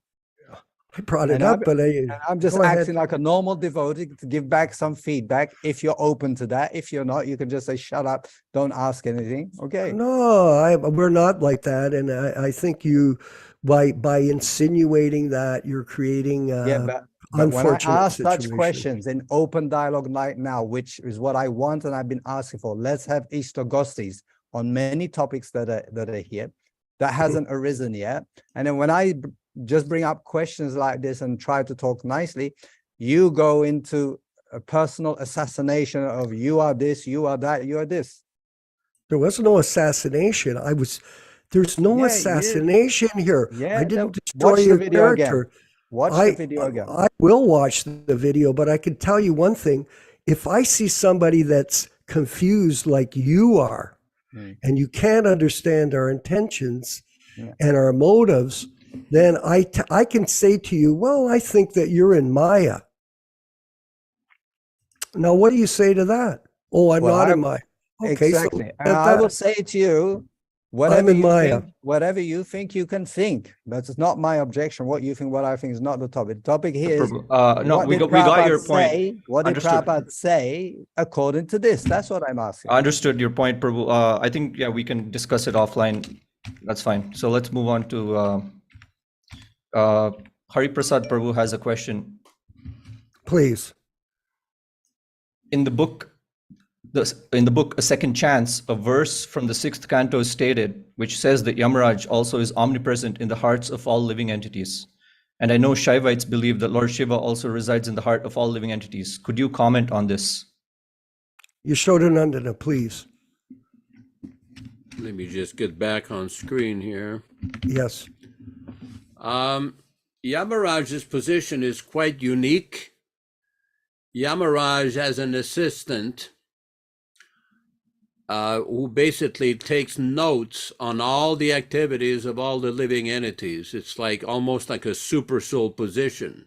Mm-hmm. And he basically is the demigod in charge of directing the universal traffic of especially human beings, their destination at the time of death based on their karma. Now, the super soul in the heart is the witness of all activities, and Yamaraj is a powerful demigod who is the servant of the Paramatma, servant of Lord Vishnu, who takes notes of all the activities of living entities. Now, we're all familiar with the story in the Srimad Bhagavatam in the 6th canto of Ajamil. Ajamil had a son named Narayana, and at the time of his death, despite the fact that he had engaged in so many sinful activities, at the time of his death, he repeated the word of Narayana, the name of Lord Narayana. And when the Vishnu Dutas and the Yamadutas, Yamaraj is accompanied by many assistants.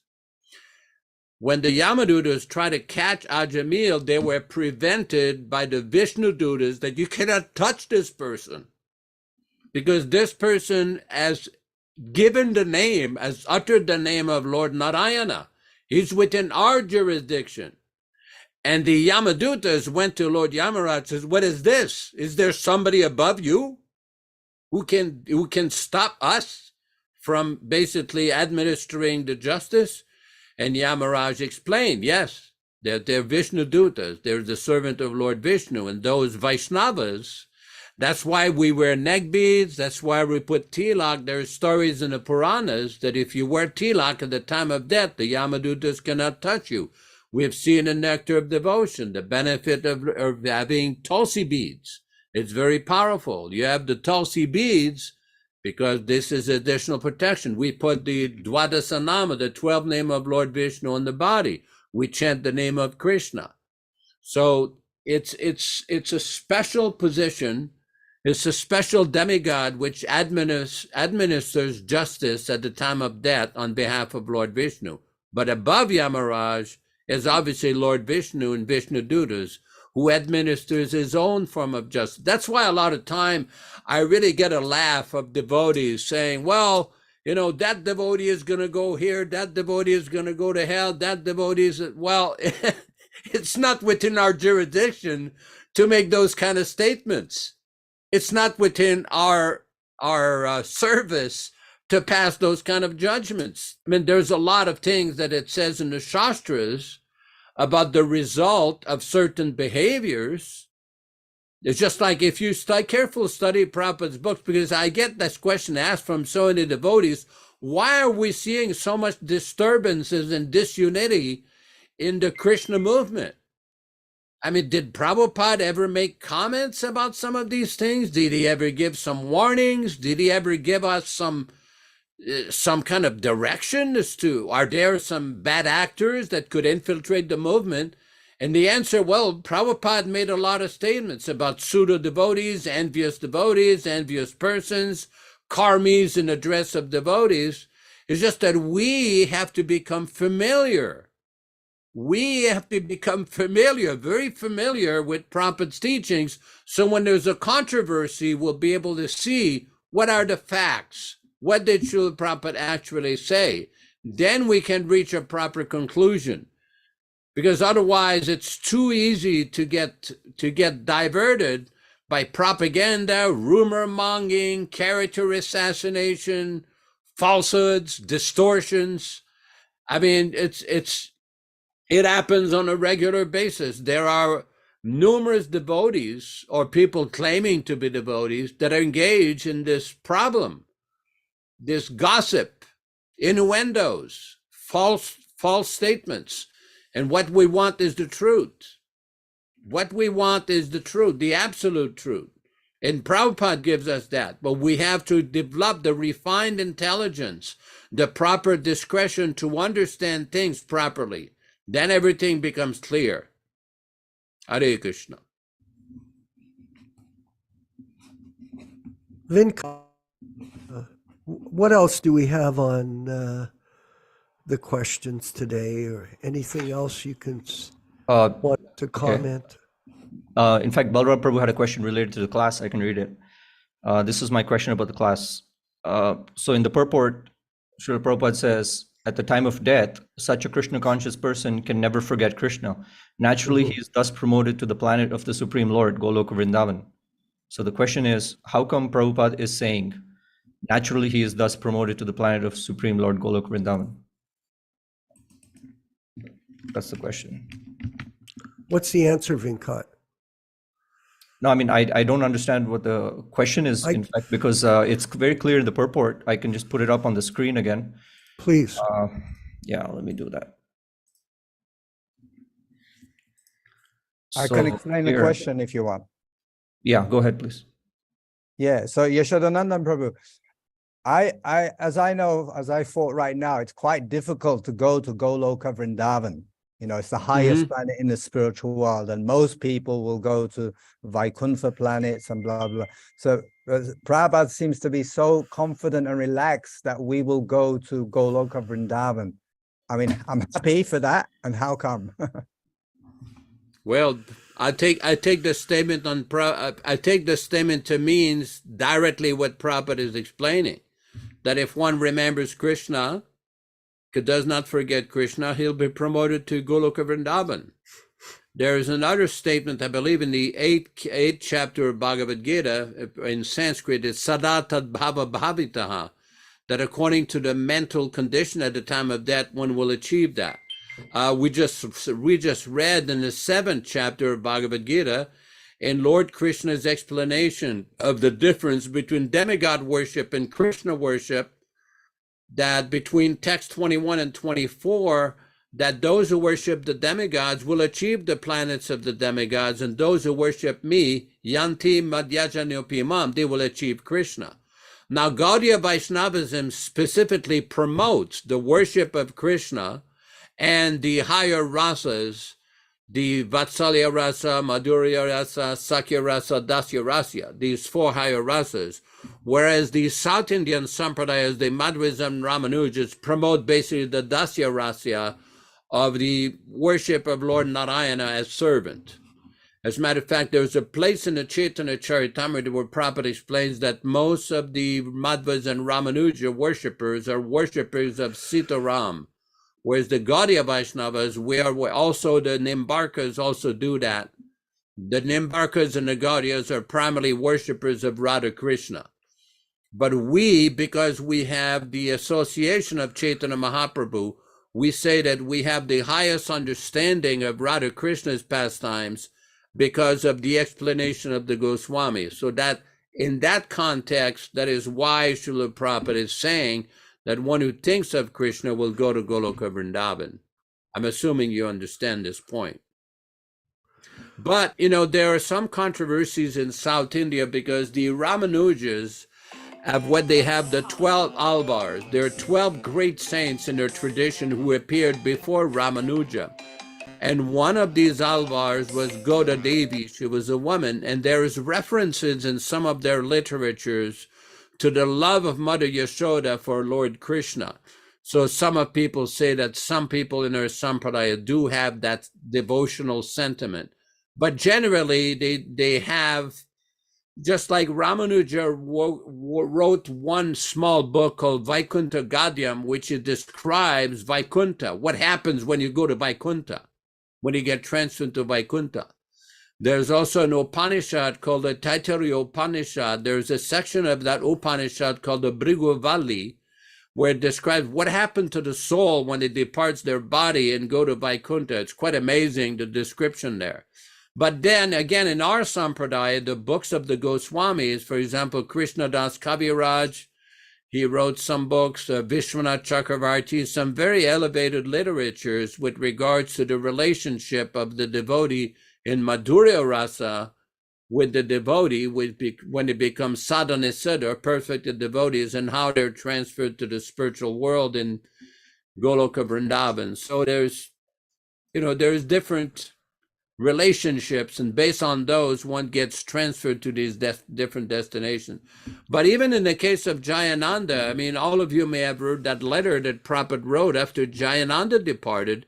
Prabhupada said, if you had any material desires, you're going to be promoted to heaven, to the higher planet, Svargaloka. But Prabhupada did confirm in Vrindavan that he had received Goloka Vrindavan and became liberated with Krishna. So it all depends on the consciousness. But even if a devotee is not completely pure, Krishna will mercifully take him to a better destination. That is also described in the second chapter of Bhagavad-gītā, that there's no loss or diminution. We've all been given this example that devotional service, you never lose the devotional activities, the devotional benefit that you get. That's why devotees are being cautioned in so many places not to make offenses against other Vaishnavas, because that is a big stumbling block on the path of bhakti. That is why one of the things that frustrates me, and again, I'm not frustrated by your question, Balaram. I think Krishna has bestowed you with very good intelligence. But in my conversation and discussions and what I see, some of the discussions that I've seen taking place in the movement is basically the level of fanaticism and close-mindedness and sometimes craziness that I see with certain devotees. And I'm not referring to you, but I see a very dangerous trend.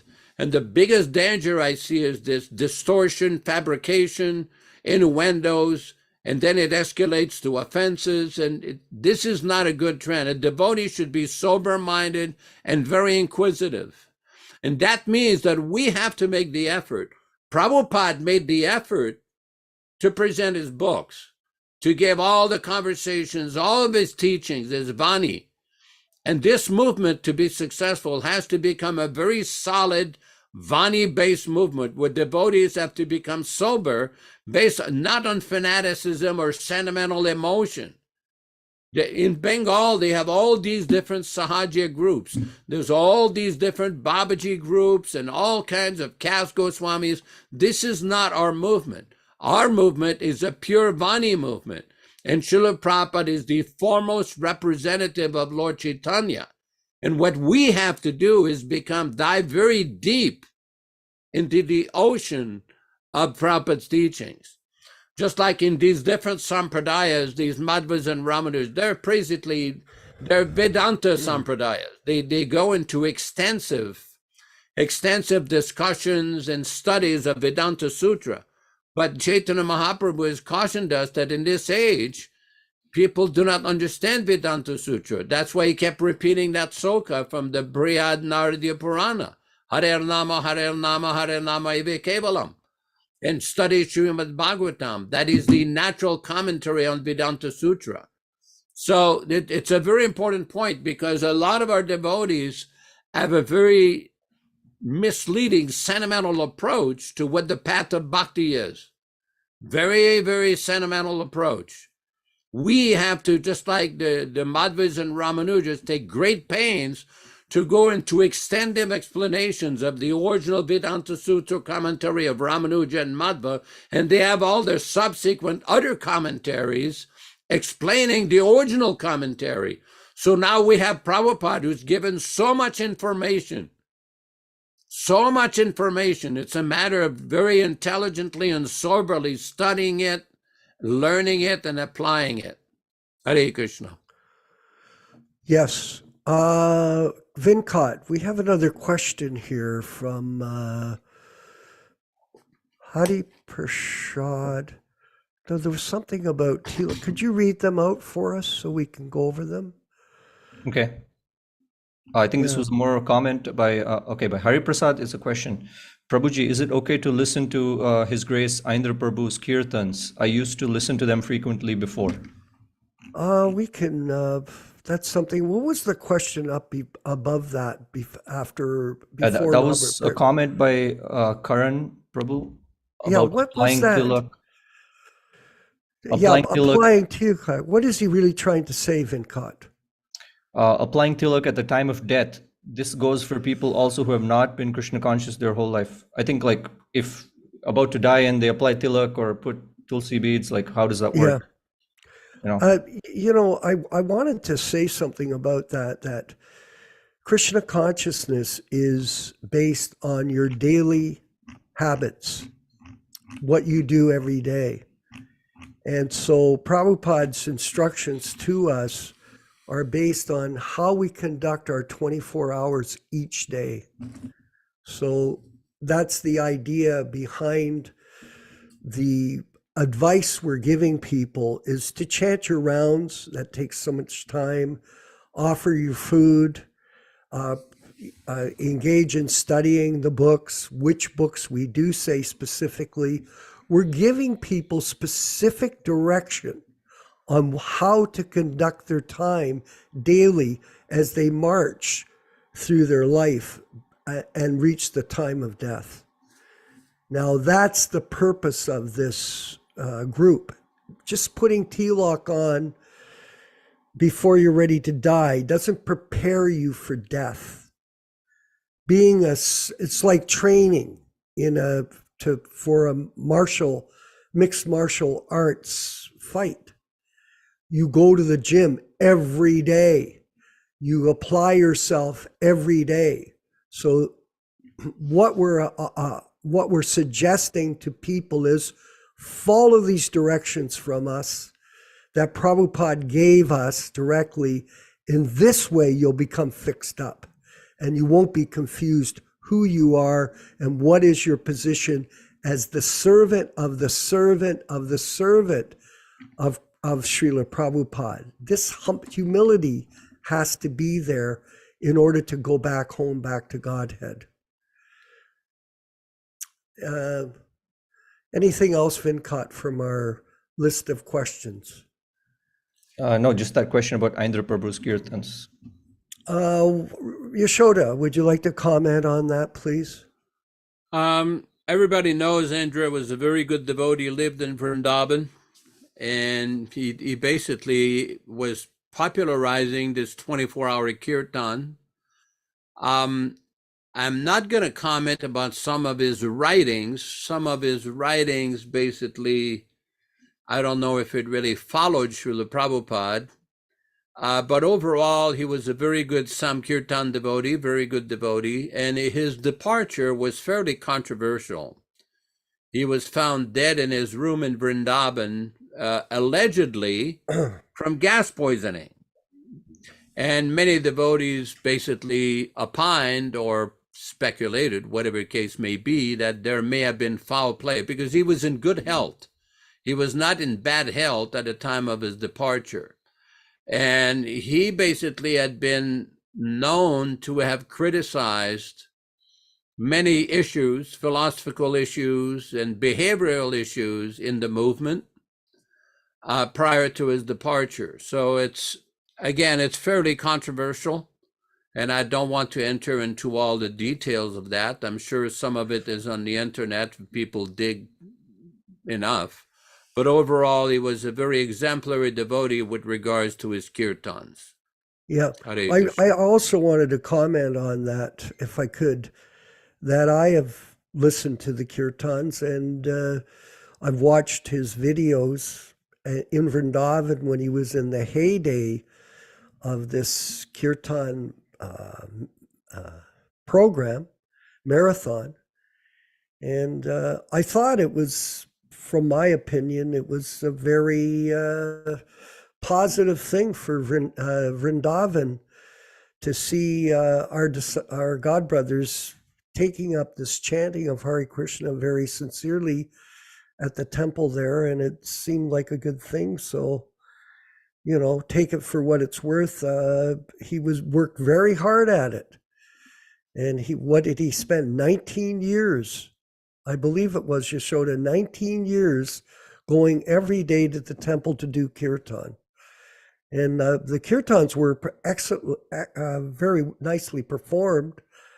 And so, you know, it's your option. I don't listen to his kirtans much these days. Occasionally, if I have a guest over, we might put a kirtan on of his or other kirtans, and, you know, use your common sense. Prabhupada's kirtans are also very good, and I'm not sure about, you know, that, but these are just, it's not a serious issue for us.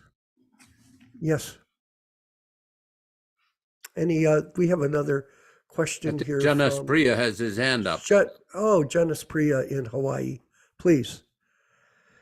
Hare Krishna, glories to Srila Prabhupada. Please accept my humble Haribol. obeisances.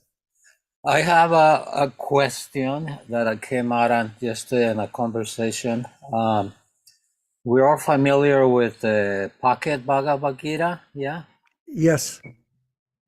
That pocket Bhagavad-gītā does not have the Sanskrit and does not have the letters of the different professors endorsing the Bhagavad-gītā. And my question to this person was, that makes the book useless? Although it is the original translation, some people are saying these books are useless because they changed the book. It's not what Prabhupada said, that the book should be with the Sanskrit, and there were some changes made to make the book the least expensive to print as possible, so it could be distributed in places where people could not afford $5 or $10. So my question my question to this person was, is there any benefit of anybody reading the original translation of this book, although without the Sanskrit? And he said, no, there's no benefit. And I asked, what? This is Prabhupada's original Bhagavad-gītā. So that's my question. Why don't you give the answer? You're more than qualified to answer the question yourself. Please give the answer to the group. Well, I want to hear somebody. I already, you know what my opinion is. To me, it's Prabhupada's Bhagavad-gītā As It Is, original. How could there not be any benefit? It's, to me, it sounds like the right answer. We're trying to distribute Prabhupada's books. I'd like to hear Yasoda's answer. Okay, Yasoda can give an answer. Please. As far as the purports, to the best of my knowledge, I have that book. I have a case of them. And as far as I understand, this small Bhagavad-gita, the pocket edition, still has the original purports from Srila Prabhupada. It's the 1972 version without the Devanagari, without the Sanskrit. One thing is that Prabhupada, when we look at the letters that Prabhupada wrote about publishing his books, editing his books, I don't think Prabhupada was very fond of the idea of perpetually changing the format of his books. Let me tell you a little story. I was told when I was in Badger, California, there was a devotee named Gopa Vrindapal. He was one of the biggest book distributors in the history of the movement. And he told me a story one time. He was in Prabhupada's room when Prabhupada was with Rameswar, and Prabhupada was discussing how to publish his books in the future. In other words, the books had already been published, and he took a book and he showed the cover. He says, in the future, you should print from this. And he put the back cover to this, and everything inside should be exactly the same. Now, the only thing they may have to revive is the copyright notice, because they're supposed to legally to put the exact year of publication. But Prabhupada did not want, because this issue came up about paintings, and Prabhupada wanted the same paintings to be reproduced every time. Now, I know that this is a fairly controversial issue, because many devotees say, well, Prabhupada said this, and Prabhupada told that he wanted this. Well, the difficulty with changing the book and the format and the paper and the cover and the type is, after a while, it's not going to be the same book. It's not going to be the same book. As a matter of fact, the editor of the Bhaktivedanta magazine, the controversial editor, was confronted by Hamsadutta in Los Angeles one time and told, what's going to happen 75 or 85 years or 100 years from now when the English language changes? Over the years, since the language was invented, because English originally came French came from Latin, and all these European languages, or they trace back to Latin, to Greek, to Sanskrit. But the English language has changed over the years. If you look at English, the way it was written a couple hundred years ago, it was different. So what's going to happen? The issue was presented to the editor. What is going to happen 100, 150 years from now when the English language? Look, in our lifetime, 50, 60 years ago, many of the words that we're using now about computer and cell phones, many of these words were not even there. But because of usage and commerce and business, many words are changed. So when Jayadvaita was confronted as, well, I didn't think about that. Yeah, it's one of the things. That's why Prabhupada did not want the books to be constantly changed. He did not want that.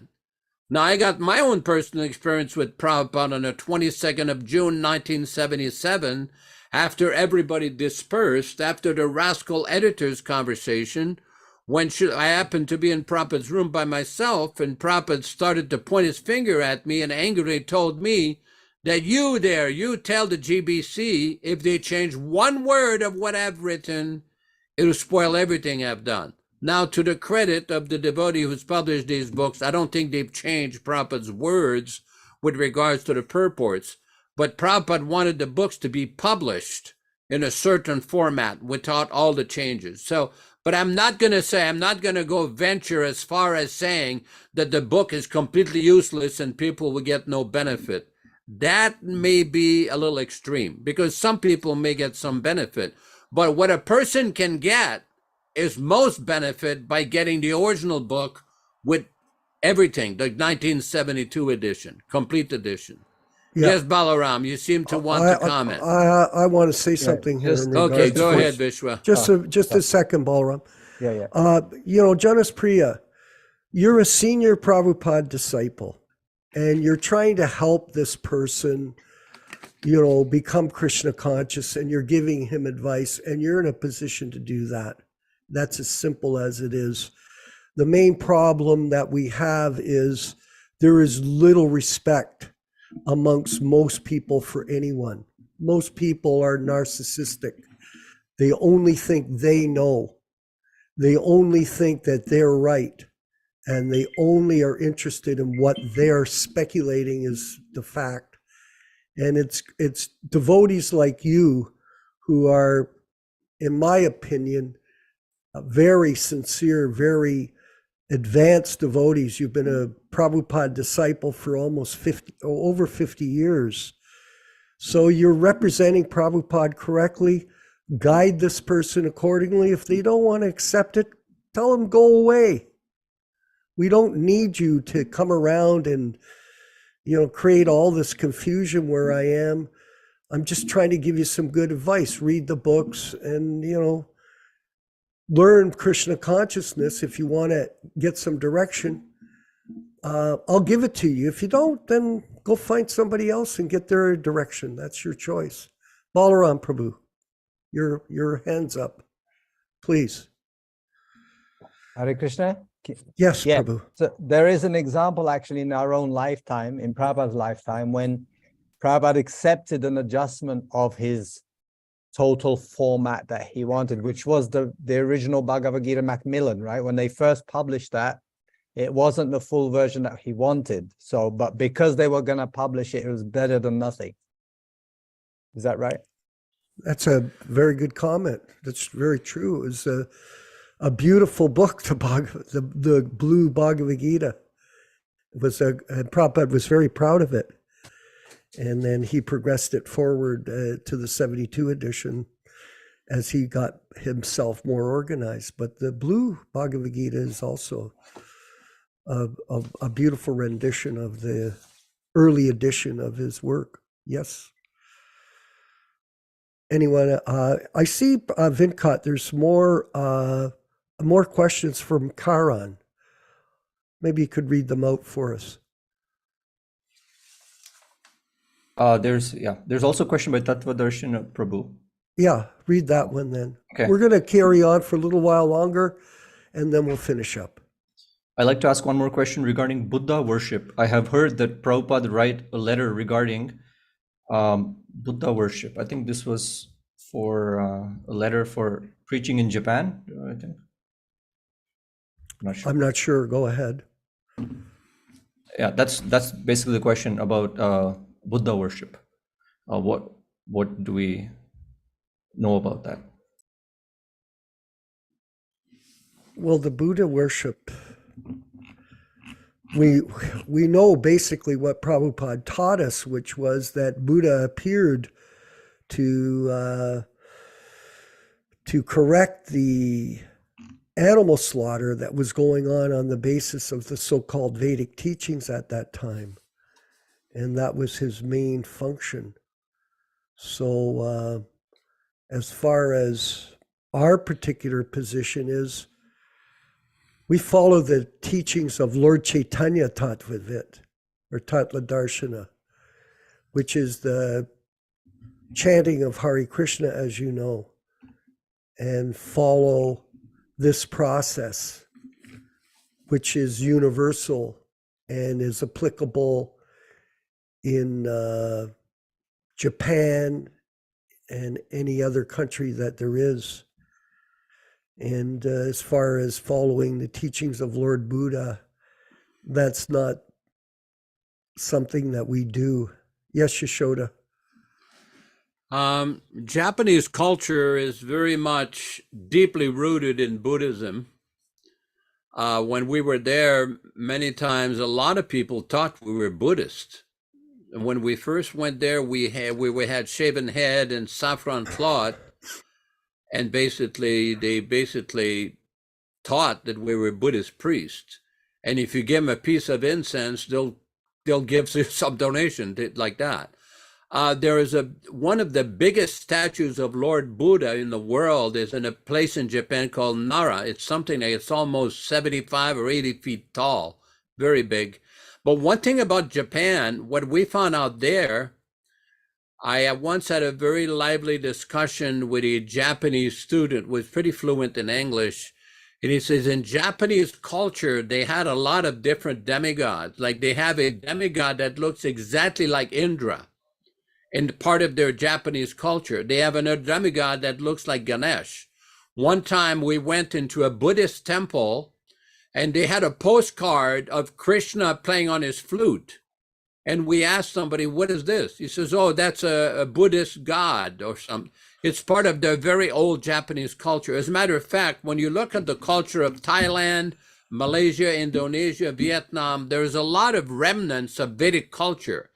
There was a Hindu king called Chola Raja. He was the founder of the Chola kingdom in South India, but he had expanded his navy to go to places like Malaysia, Indonesia, and other places. And he's the one that built the original temple of Angkor Wat in Cambodia.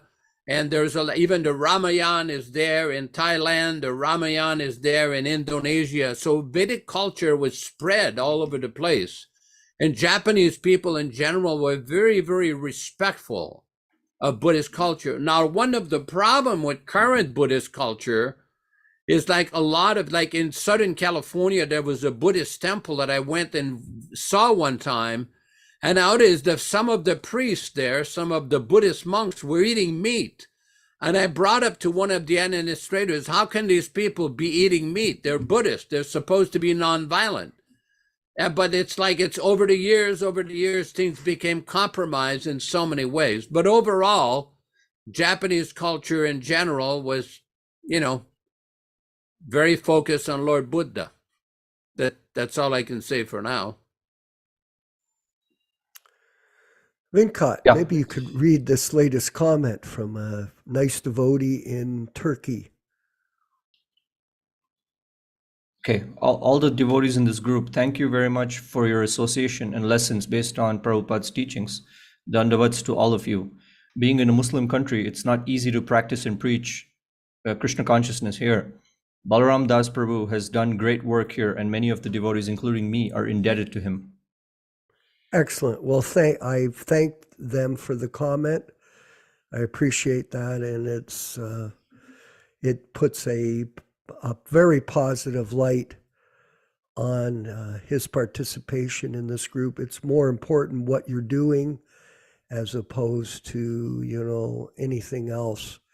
So it appears that he's practically applying the process. He's a very sincere person. He's trying to keep us in line to always follow Srila Prabhupada and Prabhupada's original teachings. So based on that, that's something that we're also very interested in doing and not deviating from. And be rest assured, Prabhu, we're all together with that same focus. Venkat, any other comments here? Just there was Hari Prasad. Go ahead. Read that. Okay, the comment. I feel very fortunate to hear from Yaśodā-nandana Prabhuji and Vishwakarma Prabhuji. Okay, thank you. I mean, really, our goal is not about us, but it is about our group.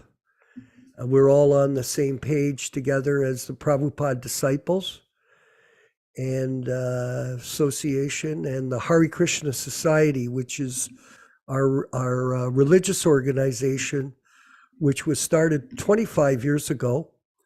And that is how we'll be representing ourselves in the near future, all members of the Hare Krishna Society.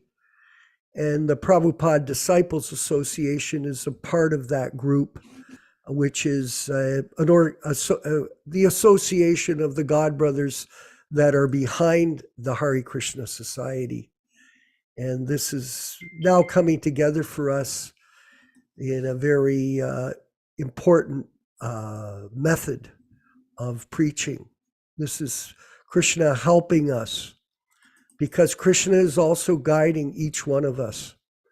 And Krishna and Prabhupada are guiding us as his disciples through the use of his teachings to advance the mission properly and not based on all kinds of sahajiya tendencies, which are all pervasive throughout the ISKCON movement. And this is very unfortunate. We're not here to condemn ISKCON, but we're here to present the philosophy that Prabhupada wanted without a sahajiya focus.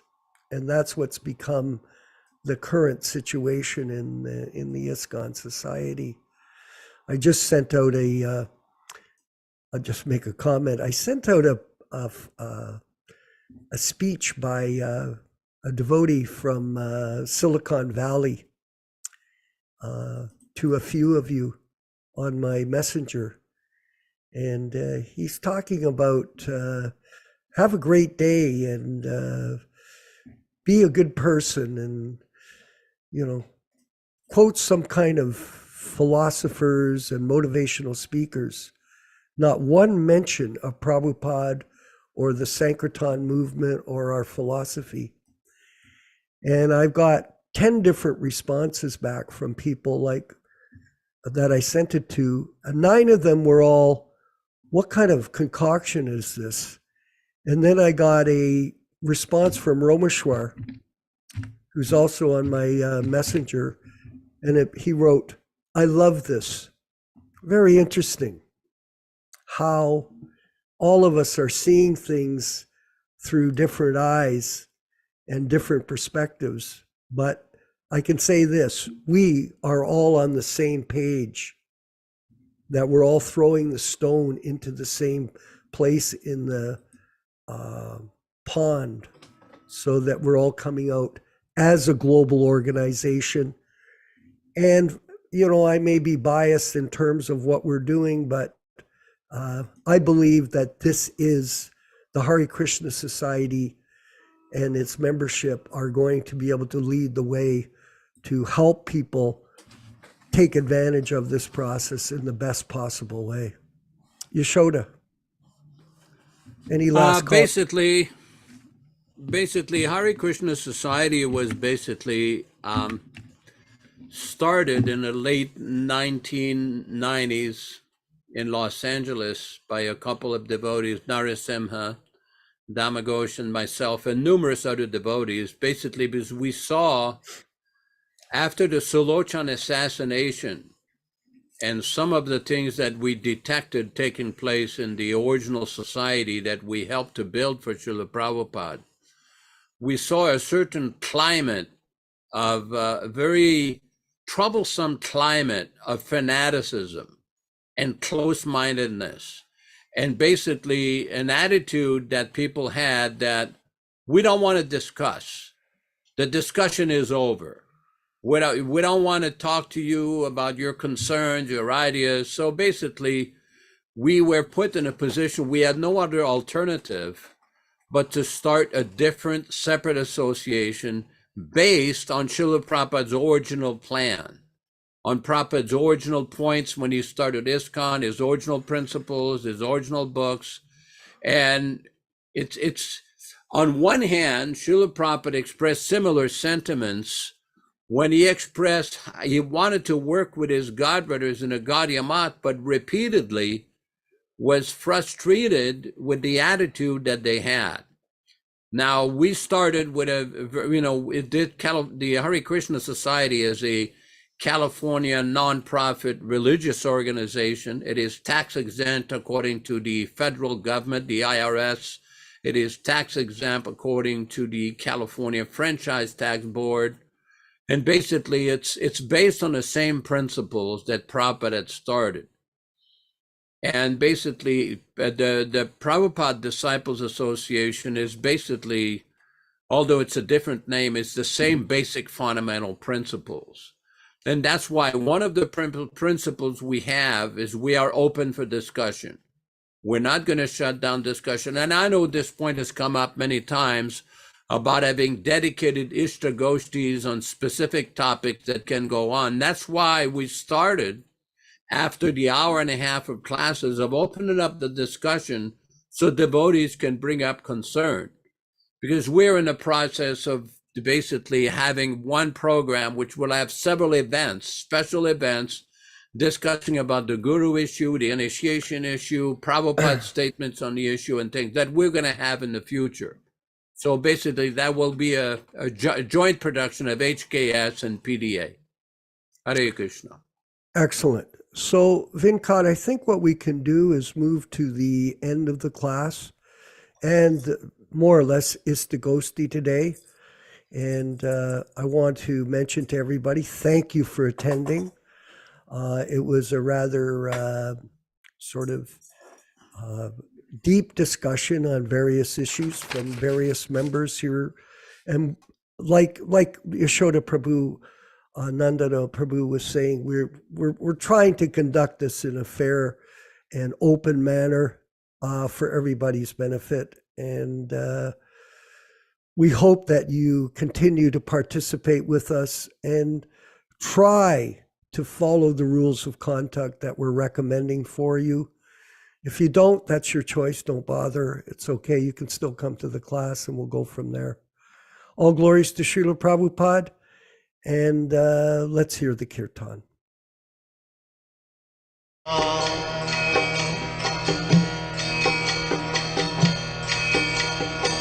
Shri Krishna Chaitanya Prabhu Nityananda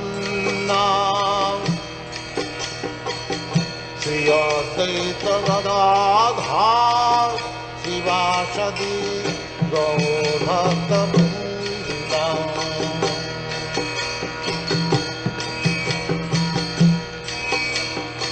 Shri Krishna Chaitanya Prabhu Nityananda Shri Advaita Gadadhar Sivasadi Gaur Bhakta Vrinda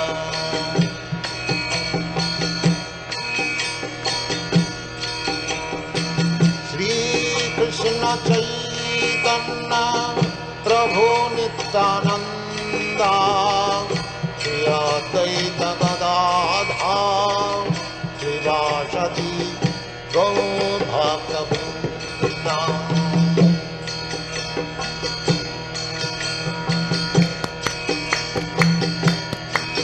Hare Krishna, Krishna Krishna, Hare Hare, Hare Rama,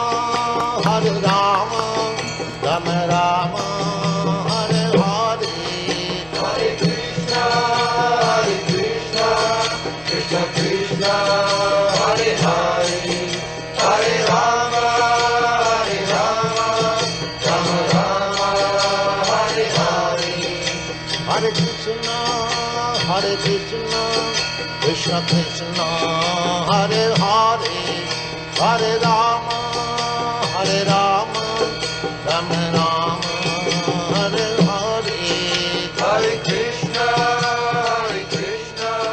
Krishna Krishna, Hare Hare, Hare Rama, Rama Rama, Hare Hare.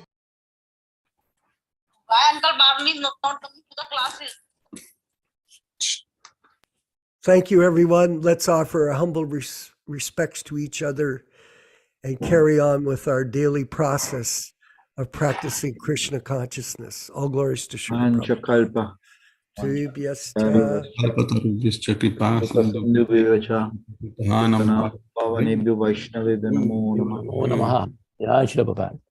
Thank you, everyone. Glories to Srila Prabhupada. Thank you, Prabhu. Thank you very much. Thank you, Haribo. Aprakrita. Haribol. I will. Hare Krishna, glory to Jai Srila Pandit.